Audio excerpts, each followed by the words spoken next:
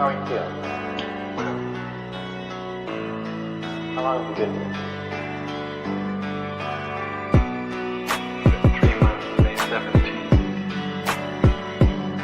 And what brought you here? That's difficult to answer.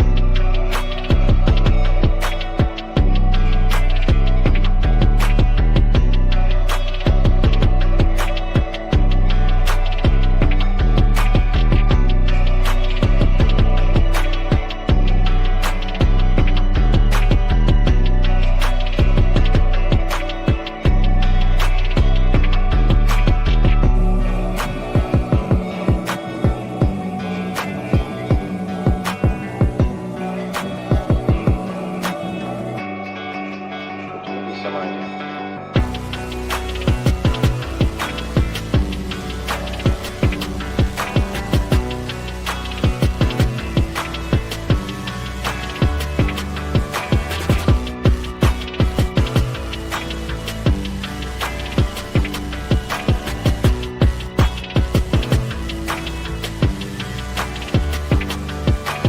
I'm not completely like other people.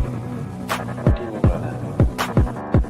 People dislike me because I am not completely like them.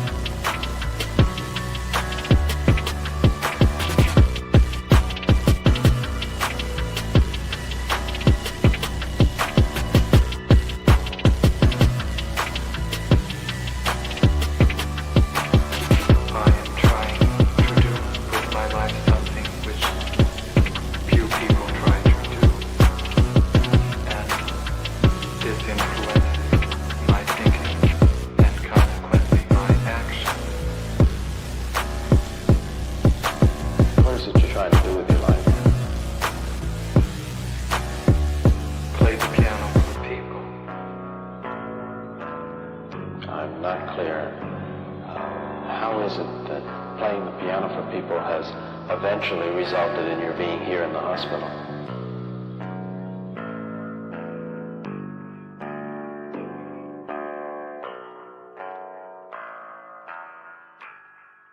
That's difficult to answer.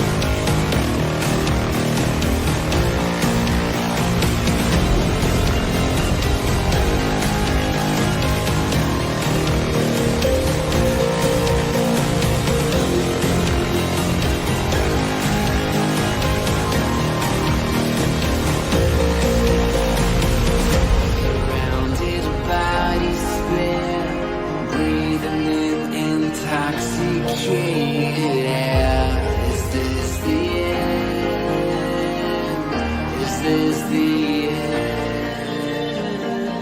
There's a noise inside my head of crying people facing death. Is this the end? Is this the end? Oh, I'm burning in the stone.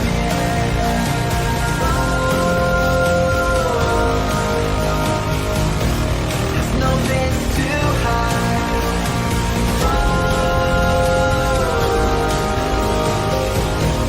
I'm burning in the stone.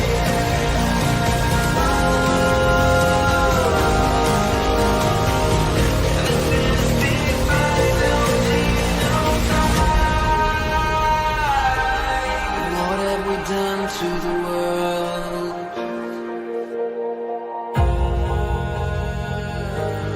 What have we done to the world?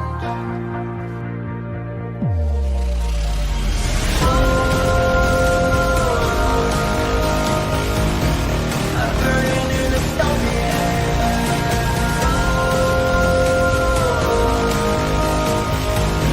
There's no place to hide.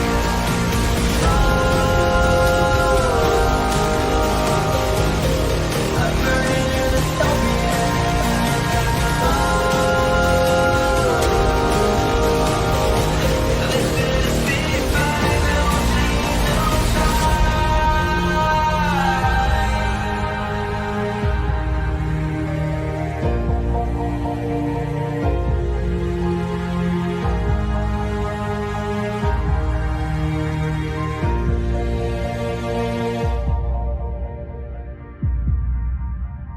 This is the final stand up for the truth in Christ, which they profess to believe, and that's the biggest truth that needs to get out. This is the one. You never heard this one before? This one rules. It's so good.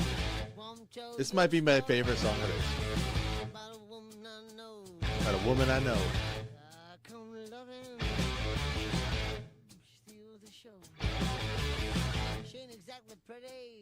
This is like their blues song. It's like a high-speed blues. Down, down, down, down.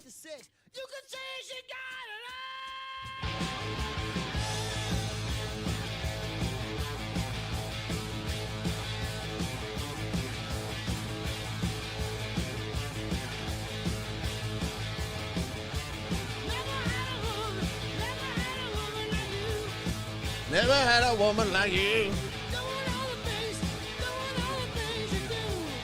Rosie's crazy.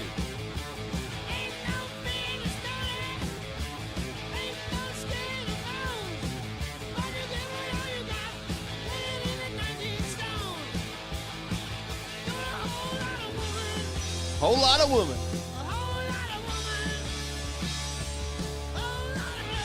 Whole lot of Rosie.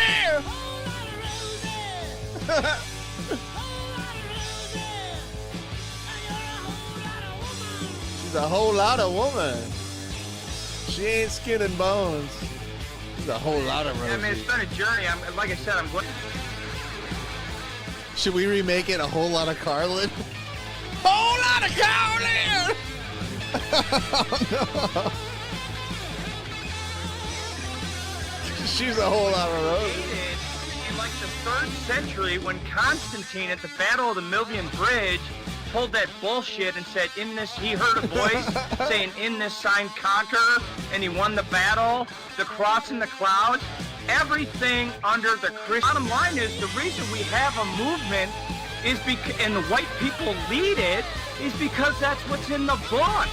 In Genesis 1:26, it said, the Elohim created Adamites. That's the word. The Hebrew H120 is Adamites. Ruddy complected, can show blood in the face. It's a racial book. Okay. So the Elohim made the Settle down, Turbo.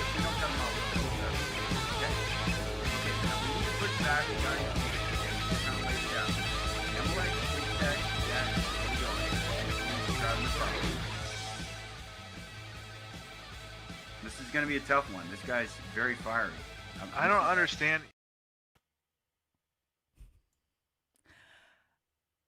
have to say, I really didn't expect. I was unprepared. I was ill prepared. I was ill prepared last night when I was innocently listening to a Twitter space and trolling around the internet trying to find content to watch. I was ill prepared to get a message in my inbox saying, Karlyn, Big Tech is writing a song about fucking you. And I'm like, what?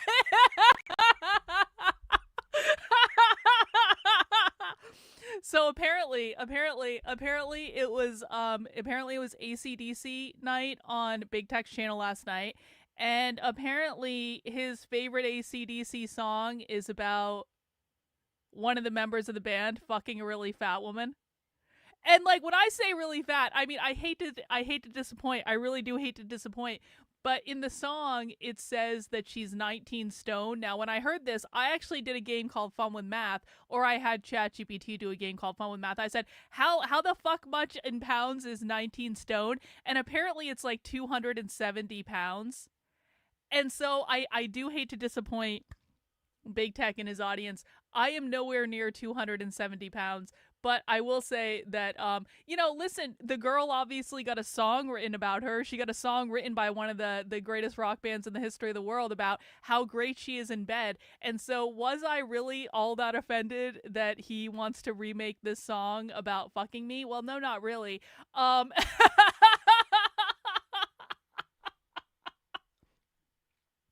I just have to say, I really appreciate this. I really appreciate that we have gone from fighting and being at war with each other and to overt silent treatment for months on end for no good reason to, now at least we've come a long way. Mikey and I have come a long way. He wants to write a song about fucking me? Okay, fine, I guess. Yeah, see, Nick can confirm. Nick has seen me in person. Nick has seen my copious ass in person, and it looks great in leggings. I'm just saying. And he can confirm that I'm nowhere near 270 pounds. They always think I'm bigger than I am. I'm like, listen, I know I'm not skinny, but... whatever. If he wants to write a rad song about fucking me and fulfilling whatever fantasies he has, okay, fine, whatever. I'm game. I made that video, by the way, with Grok's AI thing where they take the a picture and then make it into a video. It's actually kind of cool. And so I put a picture of myself into the Grok AI thing, and it made me look sexy and hot. Oh, Poetry Painter. She is having an absolute meltdown. She is having an absolute and total meltdown. Today she's been posting about me, like all of the haters. I mean, with this video, right? With this video where like, like anytime I look good, anytime I look like anytime I look like I'm not like an ugly piece of shit, right? The haters on the internet get all riled up. Actually, do you guys just want to see? Do you want to see the amount of nonsense that's been going on their Twitter feed for the past couple days? God forbid I look nice in a video. God forbid I have a hot boy on the internet who wants to write a song about fucking me. God forbid any of that happened. Yep, they got triggered. Yeah, it's true. It's true, though. Like, literally true, though. I'm just saying. But no, Poetry Painter, not that one. Oh, we're going to get to that one in a second. Poetry Painter has been having a massive meltdown about me. Now, Poetry Painter, so you guys remember how yesterday Poetry Painter was all upset because well, I don't know if she was upset, but she thought that Big Tech and I were fighting instead of doing this play fighting banter thing. And she made another bingo card because, Big Tech made a nice bingo card about me where he was just fucking around, but because she's all jealous and she's all feased out, she needed to make a mean evil bingo card of me. And they've been posting about how I'm fat and ugly. They've been taking all these screenshots of me. Look, Frank's even getting in on it. I made a video about the Queen of Wands tarot card, and Frank decided to make another AI. Like, how many fucking AI images of me does Frank McCormick have on his phone? I mean, do you guys think it's a good idea to spend all your time making AI images of people you don't like? I don't personally think that's a great idea. But all right. Okay, whatever. But yeah, they're totally feasing out about me. Poetry Painter has been posting about me for fucking days. But they really dislike this little situation right here. And you know, who can blame them? Who can blame them? Really. Anyway, so I was pretty amused about that, and I thought that you guys needed to see it too. But guess what? We have important. Yes, Poetry Painter is the crazy person that has like 8,000 different screen names that comes into the chat all the time just to be disruptive, and then it inevitably ensues into some sort of meltdown where they end up having a massive hissy fit and all that stuff. Because the reason, of course, is that she looks like that. I'm just saying. I'm so sad their lives are so empty. I mean, like, how, again, I just have to say, oh, we'll get to that in a sec. Don't worry about it. I just have to say, it's like, Frank McCormick is, like, literally fucking obsessed with me. He's trying so hard to piss me off, and it's like, bro, Frank, you're queer, bro. You're a queer activist. You literally have written for a website that supports queer Marxism. You can make the fun of me all you want, bro, but you got off your psychiatric medications and decided you were queer. So, AI art is not real life. I haven't even had a donut in years, man. I never really liked donuts, if I'm being honest about it. I never really saw the appeal of donuts. I mean, I guess the only good donut I've ever had was like when I was in college and I went to the South for the first time and I had a Krispy Kreme, and I had never had a Krispy Kreme before. And this was back when Krispy Kreme was actually like it was at a store where they were making the donuts in the store. That donut was fucking good. Rest of donuts, I just don't know. I'm not the biggest fan in the world. Frank being queer is somehow more acceptable than him being a raging classical liberal. Yeah, I tend to agree with that. Anyway, guys, we have got so much to talk about today. Let's start with this. This is not what we're doing today, but I have to tell you, I just did a live stream about this over on my Substack. Guys, make sure you subscribe to my Substack. I do live streams over there. It's Karlyn, KARLYN.substack.com. The link is in the description below. You can sign up for free, get notifications when I go live over there. I was just talking about this, but I hit the jackpot last night around 3 a.m. I was doing some research into gender studies, like programs and centers and things at universities. And I found an entire series of videos that the City University of New York made where they had a whole lecture series about leather and kink and BDSM a couple months ago. An entire fucking lecture series. And I was like, remember when we infiltrated that queer rope conference and we watched all these rope things about people tying each other up in different positions to protest fascism or whatever the fuck? Well, we have another series of videos that we have to watch now, and I'm really excited about it. And just so the City University of New York knows, just in case they try to remove those videos from their webpage where I found them, I've already downloaded all of the videos and I have archived them somewhere else. So even if the City University of New York tries to hide the evidence, as you know, people like this are prone to do, institutions are so weird in that they put all this stuff up publicly on their YouTube channels. And you would think that institutions, when they're putting videos of a lecture series called The Power of Leather on a YouTube channel, you would think that they would want people to watch those videos. But as soon as I watch those videos, they take them down. And it's so rude, and it's so inconsiderate. It's just so rude. And so I had to archive all of these videos. I had to download all of them and make sure I had a backup copy just in case, because we are absolutely watching this lecture series from the City University of New York, The Power of Leather. Let me read this to you. I know it's really small. It's really small for me too. I need my glasses. Hang on, I haven't even worn my glasses in a while. For some reason, I'm going through a phase where I'm not wearing my glasses, but I also legitimately can't see as well as maybe I should be able to. So I actually do need to put on my glasses to read this. Hang on. Hang on. Yo. I do look crazy in these glasses. I should get another pair of glasses that's less crazy. Anyway, oh shit! Everything just got so big! It's amazing what happens when you put on your glasses when you haven't been wearing them, and all of a sudden it's like, boom! It's like the world hits you in the face, and everything is clear again. Has anyone else ever had this experience? Wow. Okay. I have to adjust. Holy shit. This says, experienced leather folk, creative deviants, and rousing thinkers seek willing minds. Is that you? Power of Leather is a series of in-person dialogues, interactive performances, and community events exploring leather sex, sadomasochism, and leather culture. Leather sex is public, transpiring in dungeons and alleyways, transforming them into queer counter publics, because of course all of this is queer Marxism. Everyone understands this, right? This isn't just about being saucy and sexy and all that. This is all queer Marxism because they are playing with consensual power dynamics and sex, and this is what queer Marxists do. All of them, basically. Leather sex facilitates experiences at the edge of ourselves, identity, and consent, inviting us to discover what lies on the other side. Leather sex eroticizes power relations, see? By staging the often violent histories that animate these power relations, leather sex creates spaces of transformation. Leather culture is communal. Wow, kind of sounds like communist.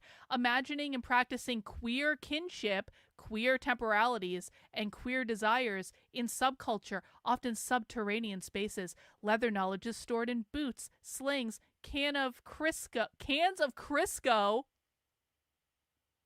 and the hallowed halls of dungeons. As such, each event joins the leather community members, academics, artists, opening up space, well, they're opening up something, for embodied, erotic, object-oriented knowledge. Yeah. Public sex is anti-capitalism. Yep. Yep. So starting tomorrow on the channel, we are going to start making our way through the leather series that I found on the City and University of New York website, and I have all their recordings, and there's about 9 hours worth of recording. So we're going to do about 3 hours tomorrow. We're going to have a good long stream. We're going to watch a couple presentations that I think are going to be really good presentations. Spoiler alert, one of them includes Susan Stryker. We've recently watched Susan Stryker. Susan Stryker is one of the most preeminent trans historians, literally trans, at the University of Arizona, but they write a lot of like trans and queer history and stuff like that. I've actually referenced Susan Stryker a lot for the Queer Marxism book that I'm working on, which you can read at the redmenaccollective.substack.com. I've got 2 chapters of the Queer Marxism book, and actually Susan Stryker, who's going to be in that CUNY lecture series, is quoted specifically in the chapter 2 that I just wrote. So if you want to catch up with my writing, you can join the Red Menace Collective. This is where you can read chapters of my books before they actually become books, as I'm drafting them and working them out and stuff like that. Making good progress on the Queer Marxism book. I've only got a couple chapters up, but I've got about 5 more chapters that I'm editing and working through right now. So there's going to be more coming out on that soon. This is separate from my main Substack, so you have to go there, sign up separately, join separately, all that stuff. It's like a separate product line and all that stuff. But this is how I fund my book writing, is by people who become members of the Red Menace Collective, and then you get access to draft chapters of my book before they're actually published, and you actually get a PDF copy of the book before it's published as well, so you can read the digital copy if you want. So join there at redmenaccollective.substack.com. I also want to mention Substack has a feature now. They didn't have it when I started the Substack, but they do have it now, where you can actually turn any written article into a podcast. So if you're looking for an audiobook and you're like, Karlyn, why aren't you uploading to the podcast for this? You said you were going to read these audiobooks. I don't have to, man. Substack implemented a feature where you guys can automatically get it read through the website, and then that takes something off my plate that I have to do, because I don't even like reading my own writing, okay? It's weird. It's weird to read your own writing in the form of an audiobook or a podcast. I've done it before. I had to read my whole last audiobook, and then it sucked, and I hated it, but I had to do it, but I didn't like it. So just use the Substack features, make it into an audiobook that way. Download the app. The app will help you out, stuff like that. And yeah, that's how you get access to that. All right, there's some other stuff we have to talk about, though. Today, we are going to be finishing the secret recording of the Denver Communist Book Club that we started yesterday. We do have about 20 minutes left of this. Now, if you weren't here for yesterday, don't worry about it, because really what we're concerned about is the language they're using and how they're talking about these subjects. So you can kind of jump into it and it'll be fine. But we only have 20 minutes left of this, so we are going to be heading over to the Denver Communist YouTube page after that, and they actually have a couple recent videos that I do want to watch. Just 18 hours ago, they uploaded a video, Fascism, What is it and how to fight it? How nice of them to upload a video about fighting fascism. They also have Rebuilding Revolutionary Organizations. I want to watch that one. They've got a couple others we can watch as well, depending on how long we want to stream for today. But there are at least 2 good videos on the Denver Communist website that I want to, or YouTube channel rather, that I want to catch up with anyway. So that'll be a good kind of like back half of the presentation. And then tomorrow we're going to do the Power of Leather thing. Everyone should get ready. Not safe for work. I don't want to hear any complaining. I'm just showing you what colleges and universities are doing. I'm literally just showing you what colleges and universities are doing. So, well, you know what? I actually do have this. I'm actually literally working on this. I do have a clone of my voice that I'm working on making audiobooks with. So I'm on it, Daniel. I'm only doing 87 things at once. What's another thing to throw onto the pile, as it were? Let's see. What else do we have to talk about? What else? Oh! The merchandise store is back. I have rebranded the Unwoke Art merchandise store into now the Red Menace Supply Company because I can't use the word woke anymore. The word woke has been destroyed, and it's really sad, and it's really awful. But James Lindsay has irrevocably fucked up the word woke with his woke right bullshit, and I just can't do it anymore. I cannot be associated with that foolishness. All right? But I do have this Red Menace brand, and so I'm trying to be responsible about my branding. I'm trying to make everything kind of cohesive and all that stuff. I've definitely developed a vibe. I'm going to be painting the wall of my office finally, by the way, because like the green wall in my office, it doesn't match anymore. It never really did. The green wall of my office was my organizational consulting colors. It was literally the colors on the website. But we need to move on from the green, and I will be painting the wall at some point to make a more vibe type environment. I also have a bunch of like stuff that I've gotten over the years at socialist events, like propaganda and stuff like that I'm going to hang up, and it's going to look cool. But we're working on the brand, and part of working on the brand is I rebranded the merchandise website. So it is now Red Menace Supply Company. You can still go there by going to unwokeart.com. It'll redirect you over to this, but we have a couple new items, and I always want to remind people when we have new items in the merchandise store, because all new items are 25% off the first week that they're in the store. So we got a couple great designs. Our first design is going to be the Bonfires Are Needed design. I don't think I need to elaborate on this, but it looks real cool. And you can pick that up on t-shirts and all sorts of other things as well. You can get all this stuff 25% off for the first week. And also we have the new Center for Left-Wing Studies design, which I think this is a rad t-shirt, man. I mean, come on.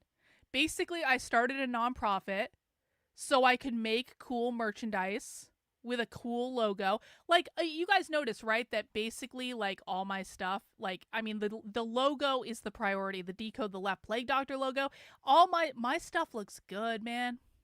My stuff looks good. The Red Menace Collective stuff. I'm like so proud of my merch. I became a good designer. I don't know what happened, but I love it. I love it. I love it. But the item I really love for the Center for Left-Wing Studies is the Letterman jacket. I'm totally getting this. I'm absolutely getting this. It looks rad. And so that's the stuff you can find in the merch store, guys. And of course, all purchases in the merch store do go to support the work I'm doing, and I really appreciate it. And I wear my stuff almost exclusively. I'm wearing an item from my merch store right now. My merch store is the best, and I love it. All right. Let's see. Do we have anything else? Anything else? No. That it? Okay, let's get into our video. So the first thing we need to do is finish up the Denver Communists secretly recorded meeting from yesterday. When I say secretly recorded, this was actually recorded by a member of the community who joined the Denver Communist Book Club and recorded them talking about this book called Their End is Our Beginning. Their End is Our Beginning is a reference to the end of the police, the end of capitalism, because they believe that you cannot abolish capitalism without abolishing the police. You cannot abolish the police without abolishing capitalism, because the police are the managers of capitalism and all that stuff. And so they're talking about this book. If you want to get caught up on the first part of the book club, we streamed half of this, most of this video yesterday, and we just have about 20 minutes that we need to finish up because we had a spy stream last night, so we just had to leave it. That's okay. So let's jump in and finish up the rest of this video, and if people have questions or comments, please put them in the chat. It feels like they become so callous that they no longer see their own humanity in other people. And so they become very individualistic of just like, I need to get mine. And once I get mine, maybe I'll help you. Um, but you know, I also see a lot of people in the gay community taking the side of Israel as well. And it's like, you know, they're they're testing the weapons that they use on you at your Pride March in Palestine. Give a shit, please. That's all I'm asking. What? Anyway, that's it. Yeah, I hear you, Kat. It's yeah. It's I fight to not get too pessimistic when it comes to stuff like that, because when people turn leftism and like turn Marxism into just like another like shiny thing to put on the mantle of their own like sense of just like self-aggrandizing, is just infuriating to me. Like, yeah, not what it's for. I got Jim next on stack. Thanks. Really great stuff, Kat. I probably kind of came into the quote unquote community around 1980, and the gay community. I wasn't at all a radical at that point, but I remember, protesting unequal enforcement where there were going into gay bars and really seriously harassing and hurting people, and I remember being outside, I was like on Queer Corners, Oak Lawn, and Cedar Springs in Dallas, were streaming out of the bars and into the streets, and they were just not moved. It's like, if it doesn't include an open bar, no. So and I also think about all the kind of mutual aid that oppressed people have set up for ourselves. Gray Panthers, Pink Panthers, Black Panthers, Pink Panthers, what's Act that? Up, Queer Nation. Act Up. Queer Nation, Queers they're, but we kind of get it, most of us. So, but the lack of empathy for everybody else. I mean, yeah, I love socialism and communism, where an injury to one is an injury to all, and I love my empathy. So that's enough. Thanks. Thanks, Jim. Well, stack has dried up a mere hour later. Anybody else want to hop in here before I like rattle through the chapter overview? Yeah, I'll hop in there if that's all right. So I'm hopeful that Brian's going to get into it more later, but he very efficiently refers to the types of reforms, quote unquote reforms, that of the police that we could support. And so at the top of page 3, he says, limiting their numbers, tools, weapons, and ability to act. So basically reducing police power, those are good reforms. That gets contrasted, or I don't know, that should be contrasted. He doesn't do it here, but that should be contrasted with training, funding, technology, body cams, whatever the technologies are. During George Floyd, we raised the slogan, racism is the job of the police. Stop trying to make them better at it. Huh. Really? And, I don't know, it's a little wordy, but it's a pretty good slogan. If it did, we made it work on a poster. I think I got it. I think that's a good quote.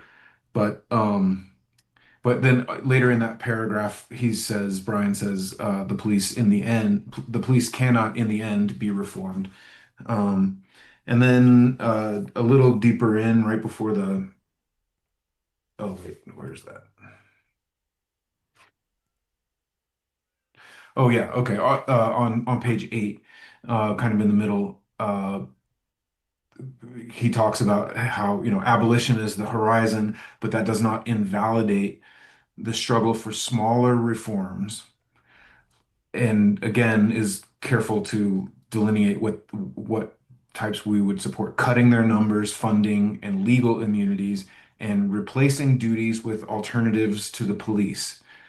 So I think that's a very careful phrasing too, replacing police duties with alternatives to the police.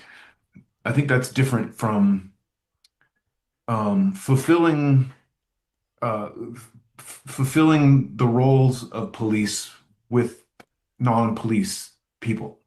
um, because he's saying stripping duties from the police, so that part, that's the important part, more than the with regard to the police, more than the alternative, because we can build up all the alternatives to policing that we want, and it's not going to do anything. So yeah, that's it. Thanks. Thanks, Jason. We got Jim on stack.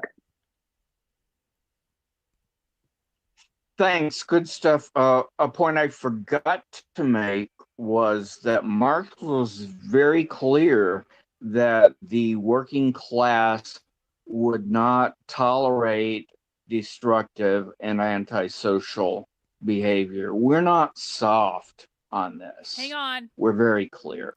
Mickey, I don't recognize you. I think you're new here. Just so you know, we do not shitpost when we're watching presentations. We don't own the libs. We don't do any of that. The goal of this, and this is a general statement for everyone, but I'm referencing you specifically because you made several chats now.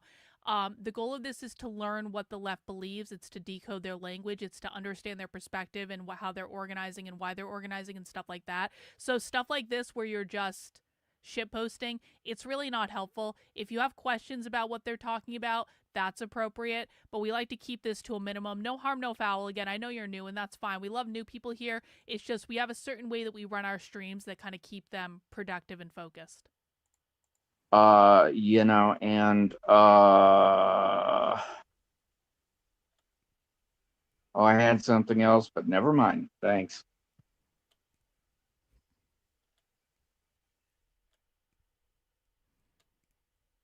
Right. Yeah, I was going to throw that quote in there to Jason's point. Dang, I can't find it now. But about how the cops are actually really bad at solving crimes, solving and preventing crimes. They're really bad at it.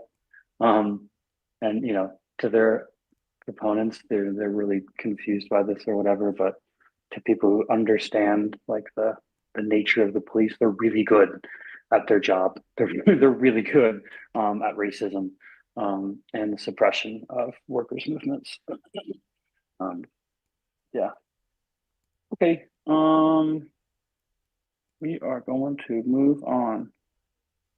Yeah. Is that it? So the next, just like little chunk of this is just a chapter overview.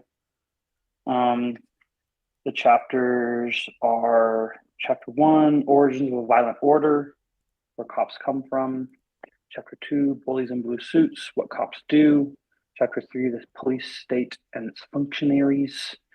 Chapter 4, an ever-raging fire, international revolt and resistance. And then chapter 5, revolutionary abolitionism. So yeah, that's kind of just like Brian, just kind of very quickly goes over others of the quotas. Cops, perhaps ironically to their advocates, are not particularly good at solving crimes or preventing them. That is not their purpose.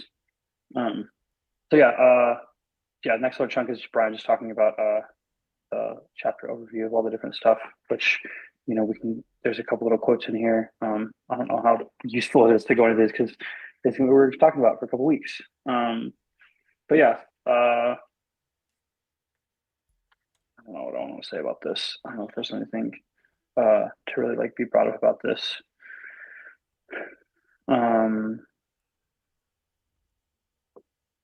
Yeah, just all like really quick surface level stuff on purpose. So I guess I don't really have like much of like a kickoff on this little chunk. The drug war has nothing to do with this at all. Besides him using the word vociferously. Definitely got that one in there. Contested vociferously. Brian getting into his thesaurus. Yeah. He kind of ends the introduction harkening back to the title of this book. Their end is our beginning, which I love. I think the framing is just so great. It's so positive. It's fucking inspiring. At least at some point here, Brian does this before. He talks about the creative potential that explodes after the abolition of the police. He talks about the movement in Oaxaca from a couple of years ago, and some of his other talks. They're obsessed with Oaxaca. Where there was, open plays in the public square and like radio and like just. Oaxaca is also an abolish the family thing, by the way. All of like the blooming culture that comes after we abolish the police, and I think is like a real focus for Brian in regards to all this. I think like I'm just talking about the title of the book. I think that like being steeped in leftist culture can sometimes be really can really drag you down, and it's nice to read someone like Brian. It's just also fucking negative, and like we love to be angry. That's why we're fucking here. We love to be angry, but it's really great to have somebody like Brian who talks about like all of the beauty that comes after this, right? That talks about like all the. Reagan, we have got to watch more Brian Bean. We've got to do some Brian Bean stuff next week. I know you're trying to research Brian right now. Can you send me some good presentations that we can watch from him that we haven't already seen? The creativity, all of like the art that will come after this, and focusing on that, and inspire yourself to do that. So yeah, that's kind of all I have for those last little couple pages. If anybody wants to stack up to offer some stuff, then you can do that now.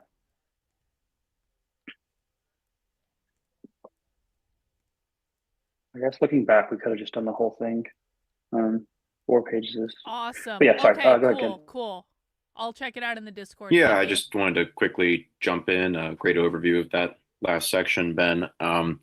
Yeah, I think that what I'm really looking to, in addition to, the connection to Marxist theory, get out of this is really how to explain to, people who may not be in our leftist or Marxist circles about abolition, what police actually do and their actual function. And I love this quote from Brian here where they say, as my argument elaborates, I think this is on page, I'm on the online version, so I don't have the book version. This is like when they're going over the, I think it's the second chapter, Bullies in Blue Suits. Specifically, they say, as my argument elaborates, the category of crime and its legal articulations are not rooted in the betterment of society, but in class control. From their origin to the present, the express mandate of police has been the prevention of crime. However, this chapter traces how the ruling class defines prevention as the ordering and managing of working people to best promote conditions for capitalism. And that capitalism creates all these conditions for unquote. So crime prevention, according to this book, is to manage the conditions that are best for capitalism. Again, this guy has some great quotes in this meeting. It's the second chapter, Bullies in Blue Suits. Specifically, they say, as my argument elaborates, the category of crime and its legal articulations are not rooted in the betterment of society, but in class control. From their origin to the present, the express mandate of police has been the prevention of crime. However, this chapter traces how the ruling class defines prevention as the ordering and managing of working people to best promote conditions for capitalism. And that capitalism creates all these conditions for unquote crime, such as poverty and accompanying social ills tied to poverty. So it's not anything to do with actually fixing those problems or keeping people protected from those problems. Rather, it's just making sure that they're mitigated through violence, and actually mitigated to the point where, profit can still be made and communities can still be ravaged by the profit motive as a whole. And I think you see this a lot. One example of violence I think of is gentrification, in terms of a lot of communities where working class people are forcibly pushed out, or in just Gentrification is literally violence. mass incarcerated, and making room for for-profit developers to basically create communities that are not accessible to the working class, but rather to more of a consumer elite. And so I think you see that, and the police uphold that function of making people feel like, oh, this is a desirable community. This is a good community. This doesn't have, blight or anything like that. It makes me think back to the urban renewal efforts of the 60s and how we're seeing this in cities everywhere in terms of gentrification and how police violently, exactly, Jim, economic displacement is violence. It's one of the many forms of the violence of private property, as I was kind of saying in one of my earlier comments, that all of capital and capital accumulation is violent and anti-human. All of capital, private property ownership, and capital accumulation is violent and anti-human. Again, bro, please. I think you see this a lot. One example of violence I think of is gentrification, in terms of a lot of communities where working class people are forcibly pushed out, or in just mass incarcerated, and making room for for-profit developers to basically create communities that are not accessible to the working class, but rather to more of a consumer elite. And so I think you see that, and the police uphold that function of making people feel like, oh, this is a desirable community. This is a good community.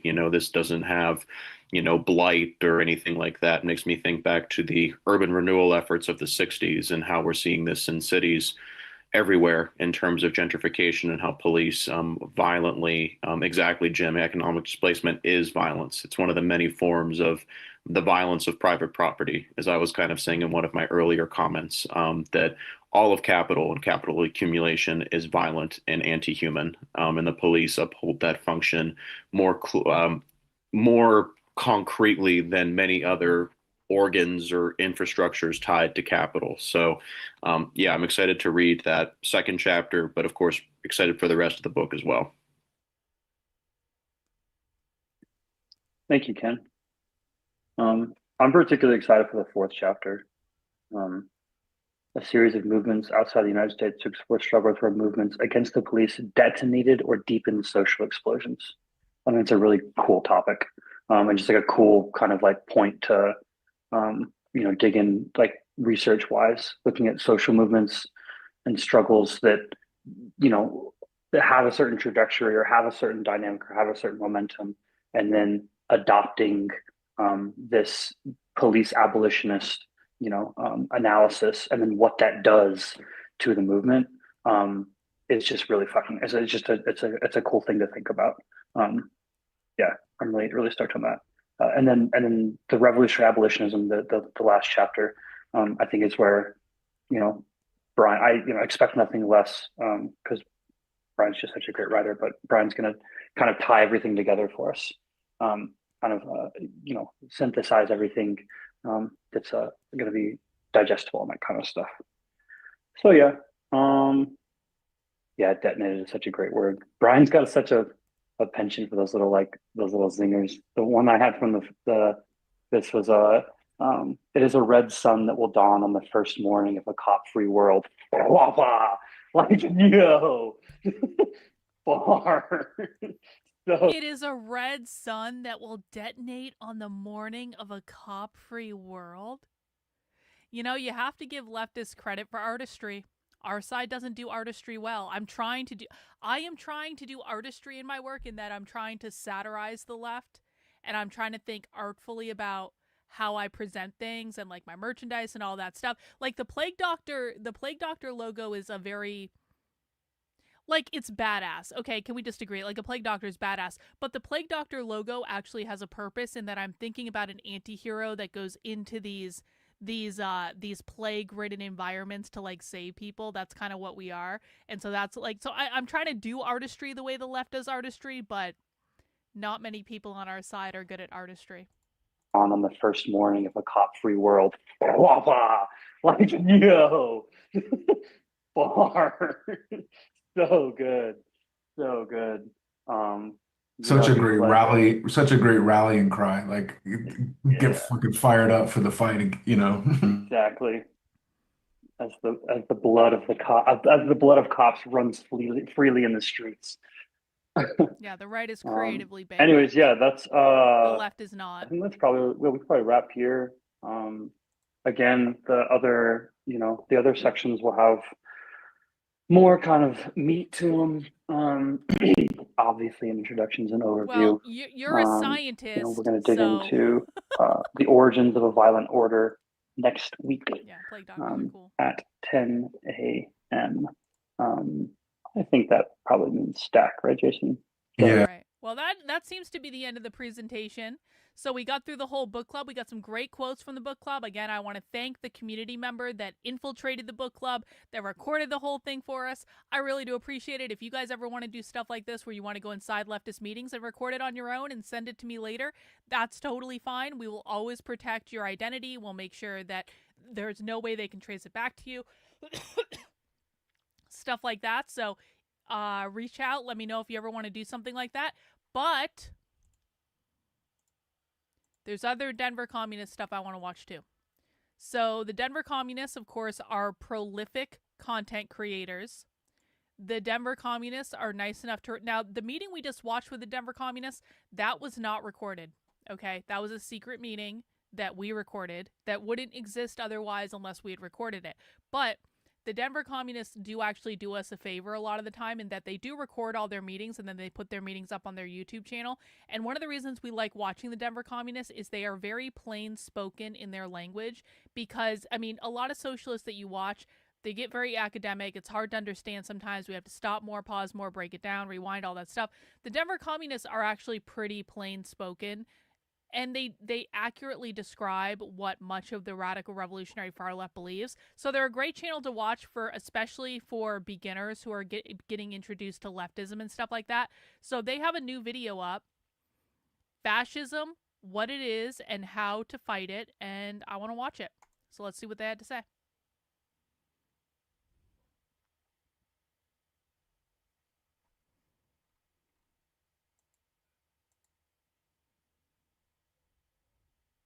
In his first chapter, or like the first part that we read today, the collapse of bourgeois democracy. We should definitely it talks a lot about. Actually, Reagan, that is a good point. I totally forgot about that because I can't believe it's almost September already.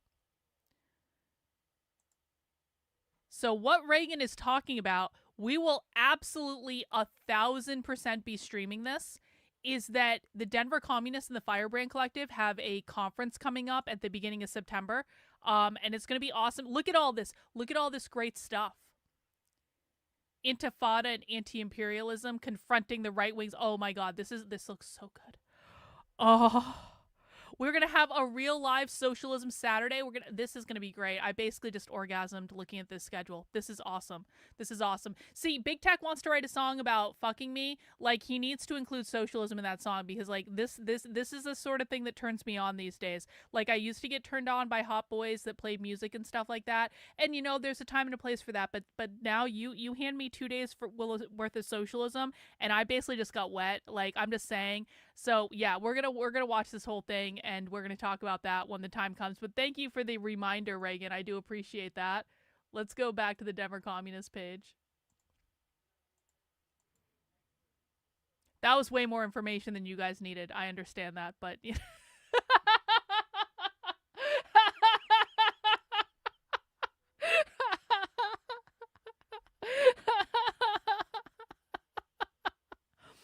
okay, TMI. All right, sorry, my bad.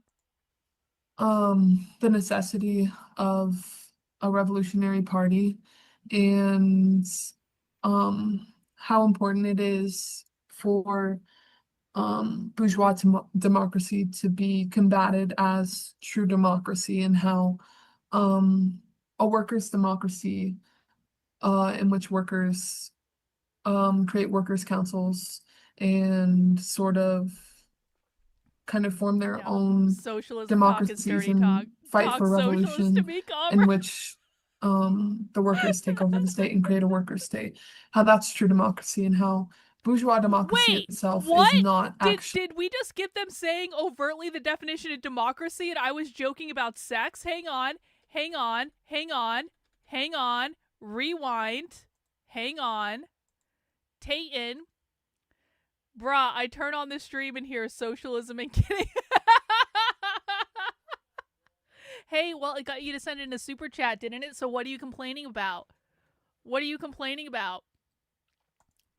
All right. So for people who don't know what I'm talking about, when the left says the term democracy, they're not talking about what we have right now in the United States. Remember, the left believes that the United States government is the capitalist government. They believe the Constitution is the capitalist Constitution. They believe that what we have in America is not true democracy. When they say democracy, they mean socialism.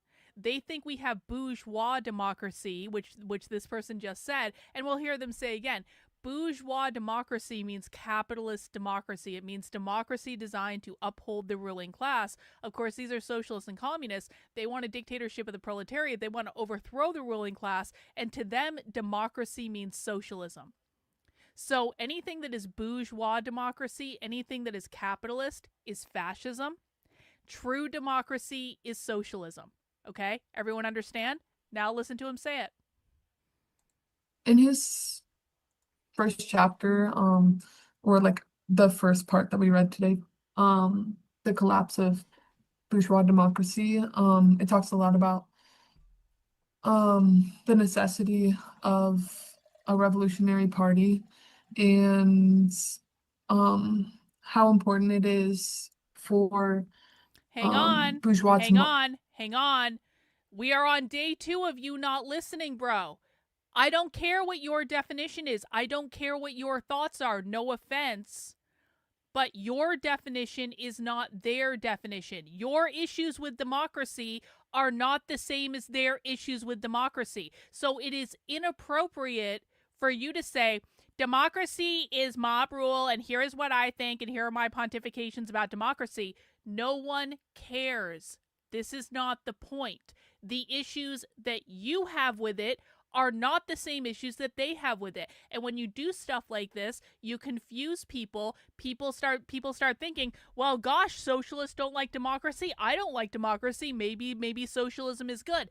The fact of the matter is, they actually want mob rule. They actually want what you're talking about. So stop fucking doing this. I asked you yesterday. You're still not getting it. You're new. That's fine. But this is not appropriate, and it's not relevant to what we're talking about. Now listen again. In his first chapter, or like the first part that we read today, the collapse of bourgeois democracy, it talks a lot about the necessity of a revolutionary party and how important it is for bourgeois democracy to be combated as true democracy, and how a workers' democracy in which workers create workers' councils and sort of kind of form their own democracies and fight for revolution, in which the workers take over the state and create a worker state. How that's true democracy, and how bourgeois democracy itself is not actually something that is equal and just, and something that where so this person just said true democracy is the workers taking over the state and creating a socialist state, compared to bourgeois democracy, capitalist democracy, which is what they think we currently have.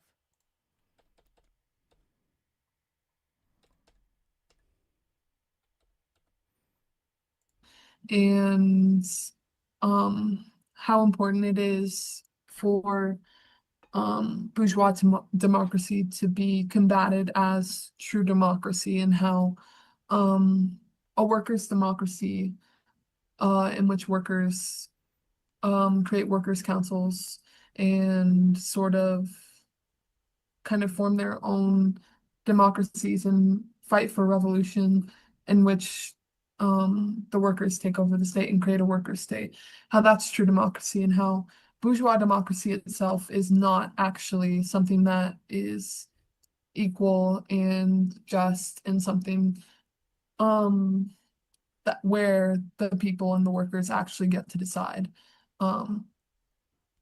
what happens.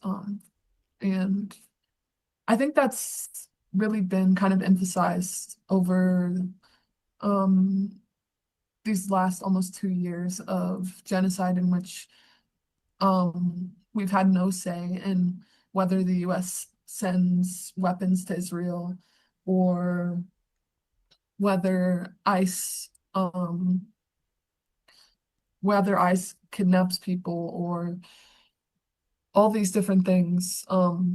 We don't actually have any say in it. And I think the democratic process of bourgeois democracy, as Trotsky talks about here, is really more of a facade to make people feel like they have more, I guess, of a say in our society. And but we know that the ruling class under capitalism is the one who makes these decisions, and democracy, true democracy, is where the working class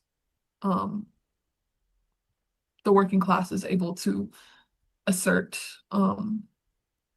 its dominance and actually make decisions in the working class's interests and not in the ruling class's interests. What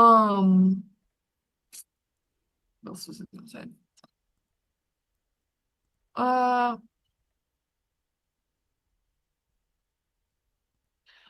And then for the next part, does the petty bourgeois fight fear revolution?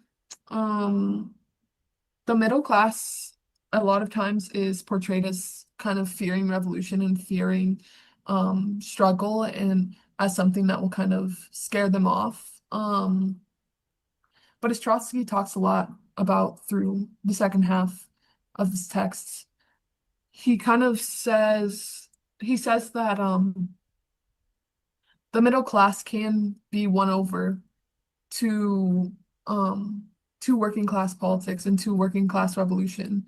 It's just a matter of the leadership of the revolution and the makeup of the working class party, and whether that party is advocating for things like reformism, where they'll put down strikes and struggle during revolutionary situations, in which, if the working class had taken control in situations and actually formed militias and kind of fought back against counter-revolutionary counter-revolutions and things like that, then fascism would not be able to rise to power and as well. And even just the middle classes being attracted to kind of this idea of radical change, whether that's reactionary far-right change, or whether that's revolutionary working class communist politics. What people are looking for in moments where there is a radicalization of the masses is an alternative. And in order to combat fascism, as Trotsky talks about, we need to kind of advocate for a revolutionary alternative, and building that all across the world. So yeah, all across the world, because communism is not just one country. It has to be everywhere to work. Even in the Russian Revolution, they they brought peasants kind of to its side, but obviously, like, even as Trotsky is talking about, like, the middle class is something that can be won to, like, working class revolutionary politics, they're not the main base for these politics, and ultimately it's the working class who can kind of truly overthrow capitalism, although the support of the middle class can help to combat fascism. As a reminder, when they're talking about overthrowing capitalism, they are not talking about an economic model. They are talking about a culture model, and they're talking about overthrowing the US government. Every time you hear them say overthrowing capitalism, abolishing capitalism, you have to hear it as abolishing the Constitution, overthrowing the US government. Yes. And then talking about more about workers' militias. Workers' militias. I felt like when he was talking about this sort of like flabby pacifism, he was talking a lot about like the ideas of nonviolence that we see that are still pervasive. But especially during the civil rights movement, which were, while they were used to make a lot of gains and brought a lot of people to the civil rights movement, it also kind of dimmed its revolutionary character and kind of especially today, like, it's used a lot to be like to differentiate between nonviolent and, or like between like peaceful and not peaceful protests and things like this. And it's a distinction that's not really helpful because it ends up alienating a lot of tactics which could be used to make more gains within protests and within movements and things. And I think he really gets into how when you condemn armed struggle in times where armed struggle can make gains for movements, then you're condemning the struggle itself, and you're condemning it to failure, and you're allowing people partaking in those struggles to be slaughtered, basically. So we need to understand that armed struggle is a necessity in revolutionary situations to truly make the gains that we are looking for as a revolutionary group. And we shouldn't be condemning these things. And it seems like the Socialist Party in France really tried to kind of differentiate between like self-defense. Guys, can we not talk about National Socialism? Can we just not? The fact of the matter is, National Socialism still had private property ownership. It is not the same thing as leftist socialism and communism. I do not like equating the two. They are really not the same thing at all, in any way. National Socialism maintained private property. Communism and socialism do not. So can we please stop conflating the two? Because we shouldn't, we should just, like, not be doing that, honestly. I invited a friend to watch these streams, and she said she can't pay attention to all the ums. Well, okay, here's the thing.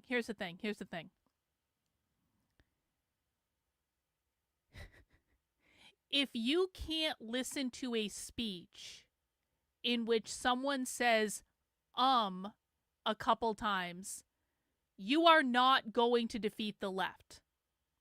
This is not a channel for people who can't listen to people go I see conservatives do this all the time where they're like, they're saying words I don't like. I can't listen to this. Karlyn, I don't know how you listen to this. I can only listen to this for 2 minutes before I start to go insane. It's like, you can't listen to someone talk saying the word shut the fuck up and get off my channel and go back and stick your head in the sand, because you're not going to be doing much good for me. No offense, Tom. I'm sure your friend's a lovely person, but if a person can't listen to a speech in which another person says a couple times, they are not an asset to us. They are not going to be useful in fighting the left. They're just going to complain all the time. Like, I mean, there's no, like, are you serious?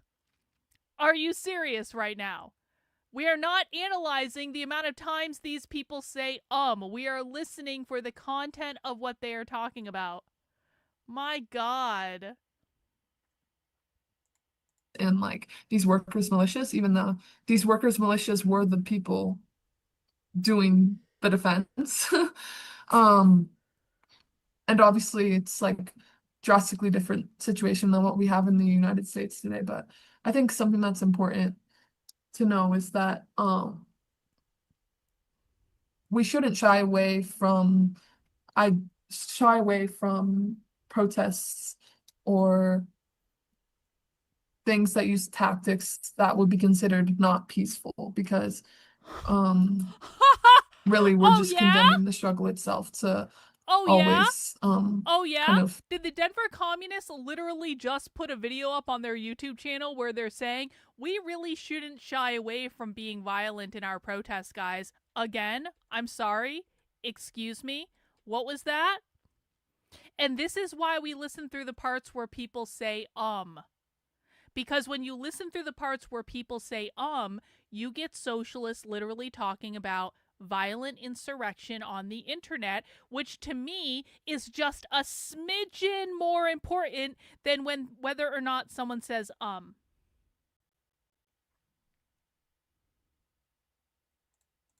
the defense. And obviously it's like drastically different situation than what we have in the United States today. But I think something that's important to know is that we shouldn't shy away from protests or things that use tactics that would be considered not peaceful, because really we're just condemning the struggle itself to always kind of give in to the demands of capitalism. That communist just said, if we don't use violence in our protests, then capitalism will win. I also think we talked about this text in the intro study group, and it was really interesting just talking about like the working class and having arms, because you know, in the US it's like the working class does not have any shortage of arms. But I think it's really interesting looking at this text and kind of seeing how the situation is probably a bit different, especially back then, and outside of the United States. But I think something that's more important is that Trotsky really emphasizes is that part of the strategy is of winning revolution is armed struggle, but also it's about winning people to your side. It's about creating a political movement that can actually combat fascism, that can combat reactionary far right elements of the working class, and can win people over to socialism and the ideas of socialism. And that is a major part of the strategy. And you can't have armed struggle without building a working class that is class conscious and realizes its power, and realizes its ability to overthrow capitalism, and realizes its importance to capital, and also have without, and you can't have that, you can't win revolution without ideas, but you also can't win it without armed struggle. So it needs to be a balance of these things, and I think it's important not to overemphasize that, or like, I guess, over romanticize violence in the current moment we're in, but also knowing that violence itself is not a tactic that we should be ruling out as socialists. Again, yeah, and I think violence is not a tactic we should be ruling he puts it out. really well, and when he said we should not allow ourselves to be slaughtered, and if we have the opportunity to defend our fellow worker, then we should take that opportunity. And I also think something that's important. As a reminder, guys, and we know this from the previous presentation we just watched with the Denver Communist Book Club, communists believe that capitalism is literally violence. So don't think that they're necessarily talking about someone like pointing a gun at them and shooting. That's obviously one form of violence, and we obviously, disavow all violence and stuff like that. We would never do that. But when communists are talking about violence being enacted upon them, they don't necessarily mean someone trying to physically hurt them. They believe that capitalism in and of itself is a violent, oppressive institution that is always enacting violence on them. Therefore, they are in a constant state of self-defense against the capitalist system. So they literally believe that violence is always being done to them until they abolish capitalism, and therefore they can use violence at any time to defend themselves, quote unquote, defend themselves against their capitalist oppressors. Is fascists will definitely be organized when fascist movements arise, and as the left we need to be organized to fight back against that. But also it can't, like, again, it can't be combated with just words, like a lot of reformist parties will kind of, No. or organizations will kind of. Stop. No one gives a flying fuck if these people say no one thinks it means they're uncertain about their ideas. This is absurd and it is irrelevant, and I want it to stop. They are not nervous about this. This is your conservative interpretation. You're like grasping at straws. They must be uncertain because they're using the word Sometimes people that don't have experience public speaking just speak like this. Can we please stop making shit up? This is completely irrelevant. You are listening to a socialist talk about using violence and you're like, no, but they can't really mean it because they use the word Does that sound retarded to you? Because it sounds kind of retarded to me. I've tried to do in times of struggle, and it takes continued mobilization, continued strategy, and to really win socialism, because the capitalists have a lot of resources and a lot of things that give them an advantage, but we also have the power, workers' power, which is that there are more workers than there is more of the working class than there is of the ruling class. And so revolution is definitely possible, even despite the resources that fascists and the state may have. Yes. And yes. Let's see. I also think something that was really interesting is he talks about in the final part of it how fascism kind of comes from the radicalization of the masses itself, and how fascism really does arise out of revolutionary situations, or at least like Okay, a Tom, you're going in a timeout. You can think about why you keep putting bullshit in my chat in the timeout. And it's the failure of that revolutionary situation itself to pull people over to the left, which actually creates the conditions for fascism to arise. Hang on, what was that? I was distracted by an idiot in my chat. Hang on, listen again. Kind of comes from the radicalization of the masses itself, and how fascism really does arise out of revolutionary situations, or at least like a mass radicalization. And it's the failure of that revolutionary situation itself to pull people over to the left, which actually creates the conditions for fascism to arise. And I think that's something that's really important, because a lot of times the power of fascism,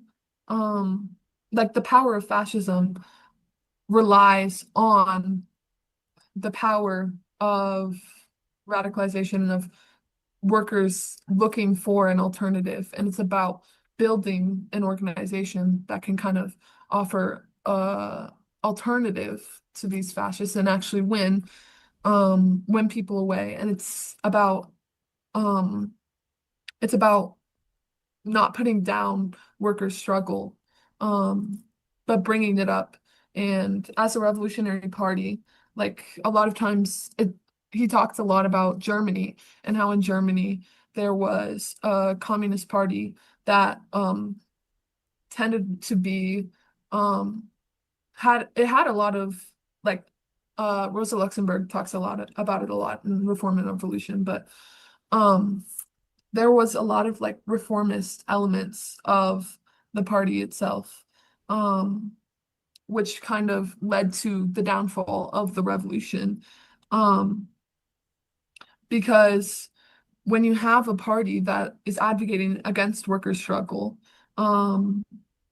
then and this party is influential and it has kind of been leading the struggle, then worker struggle can easily be put out by this leadership, which serves not for the interests of the workers, but serves still for the capitalist state because of its reformist tendencies and all of these things. So it's important to build a revolutionary organization which is outside of these to advocate for workers and to kind of bring workers to the point where they can create a worker state, and can win workers over to revolution rather than reformism.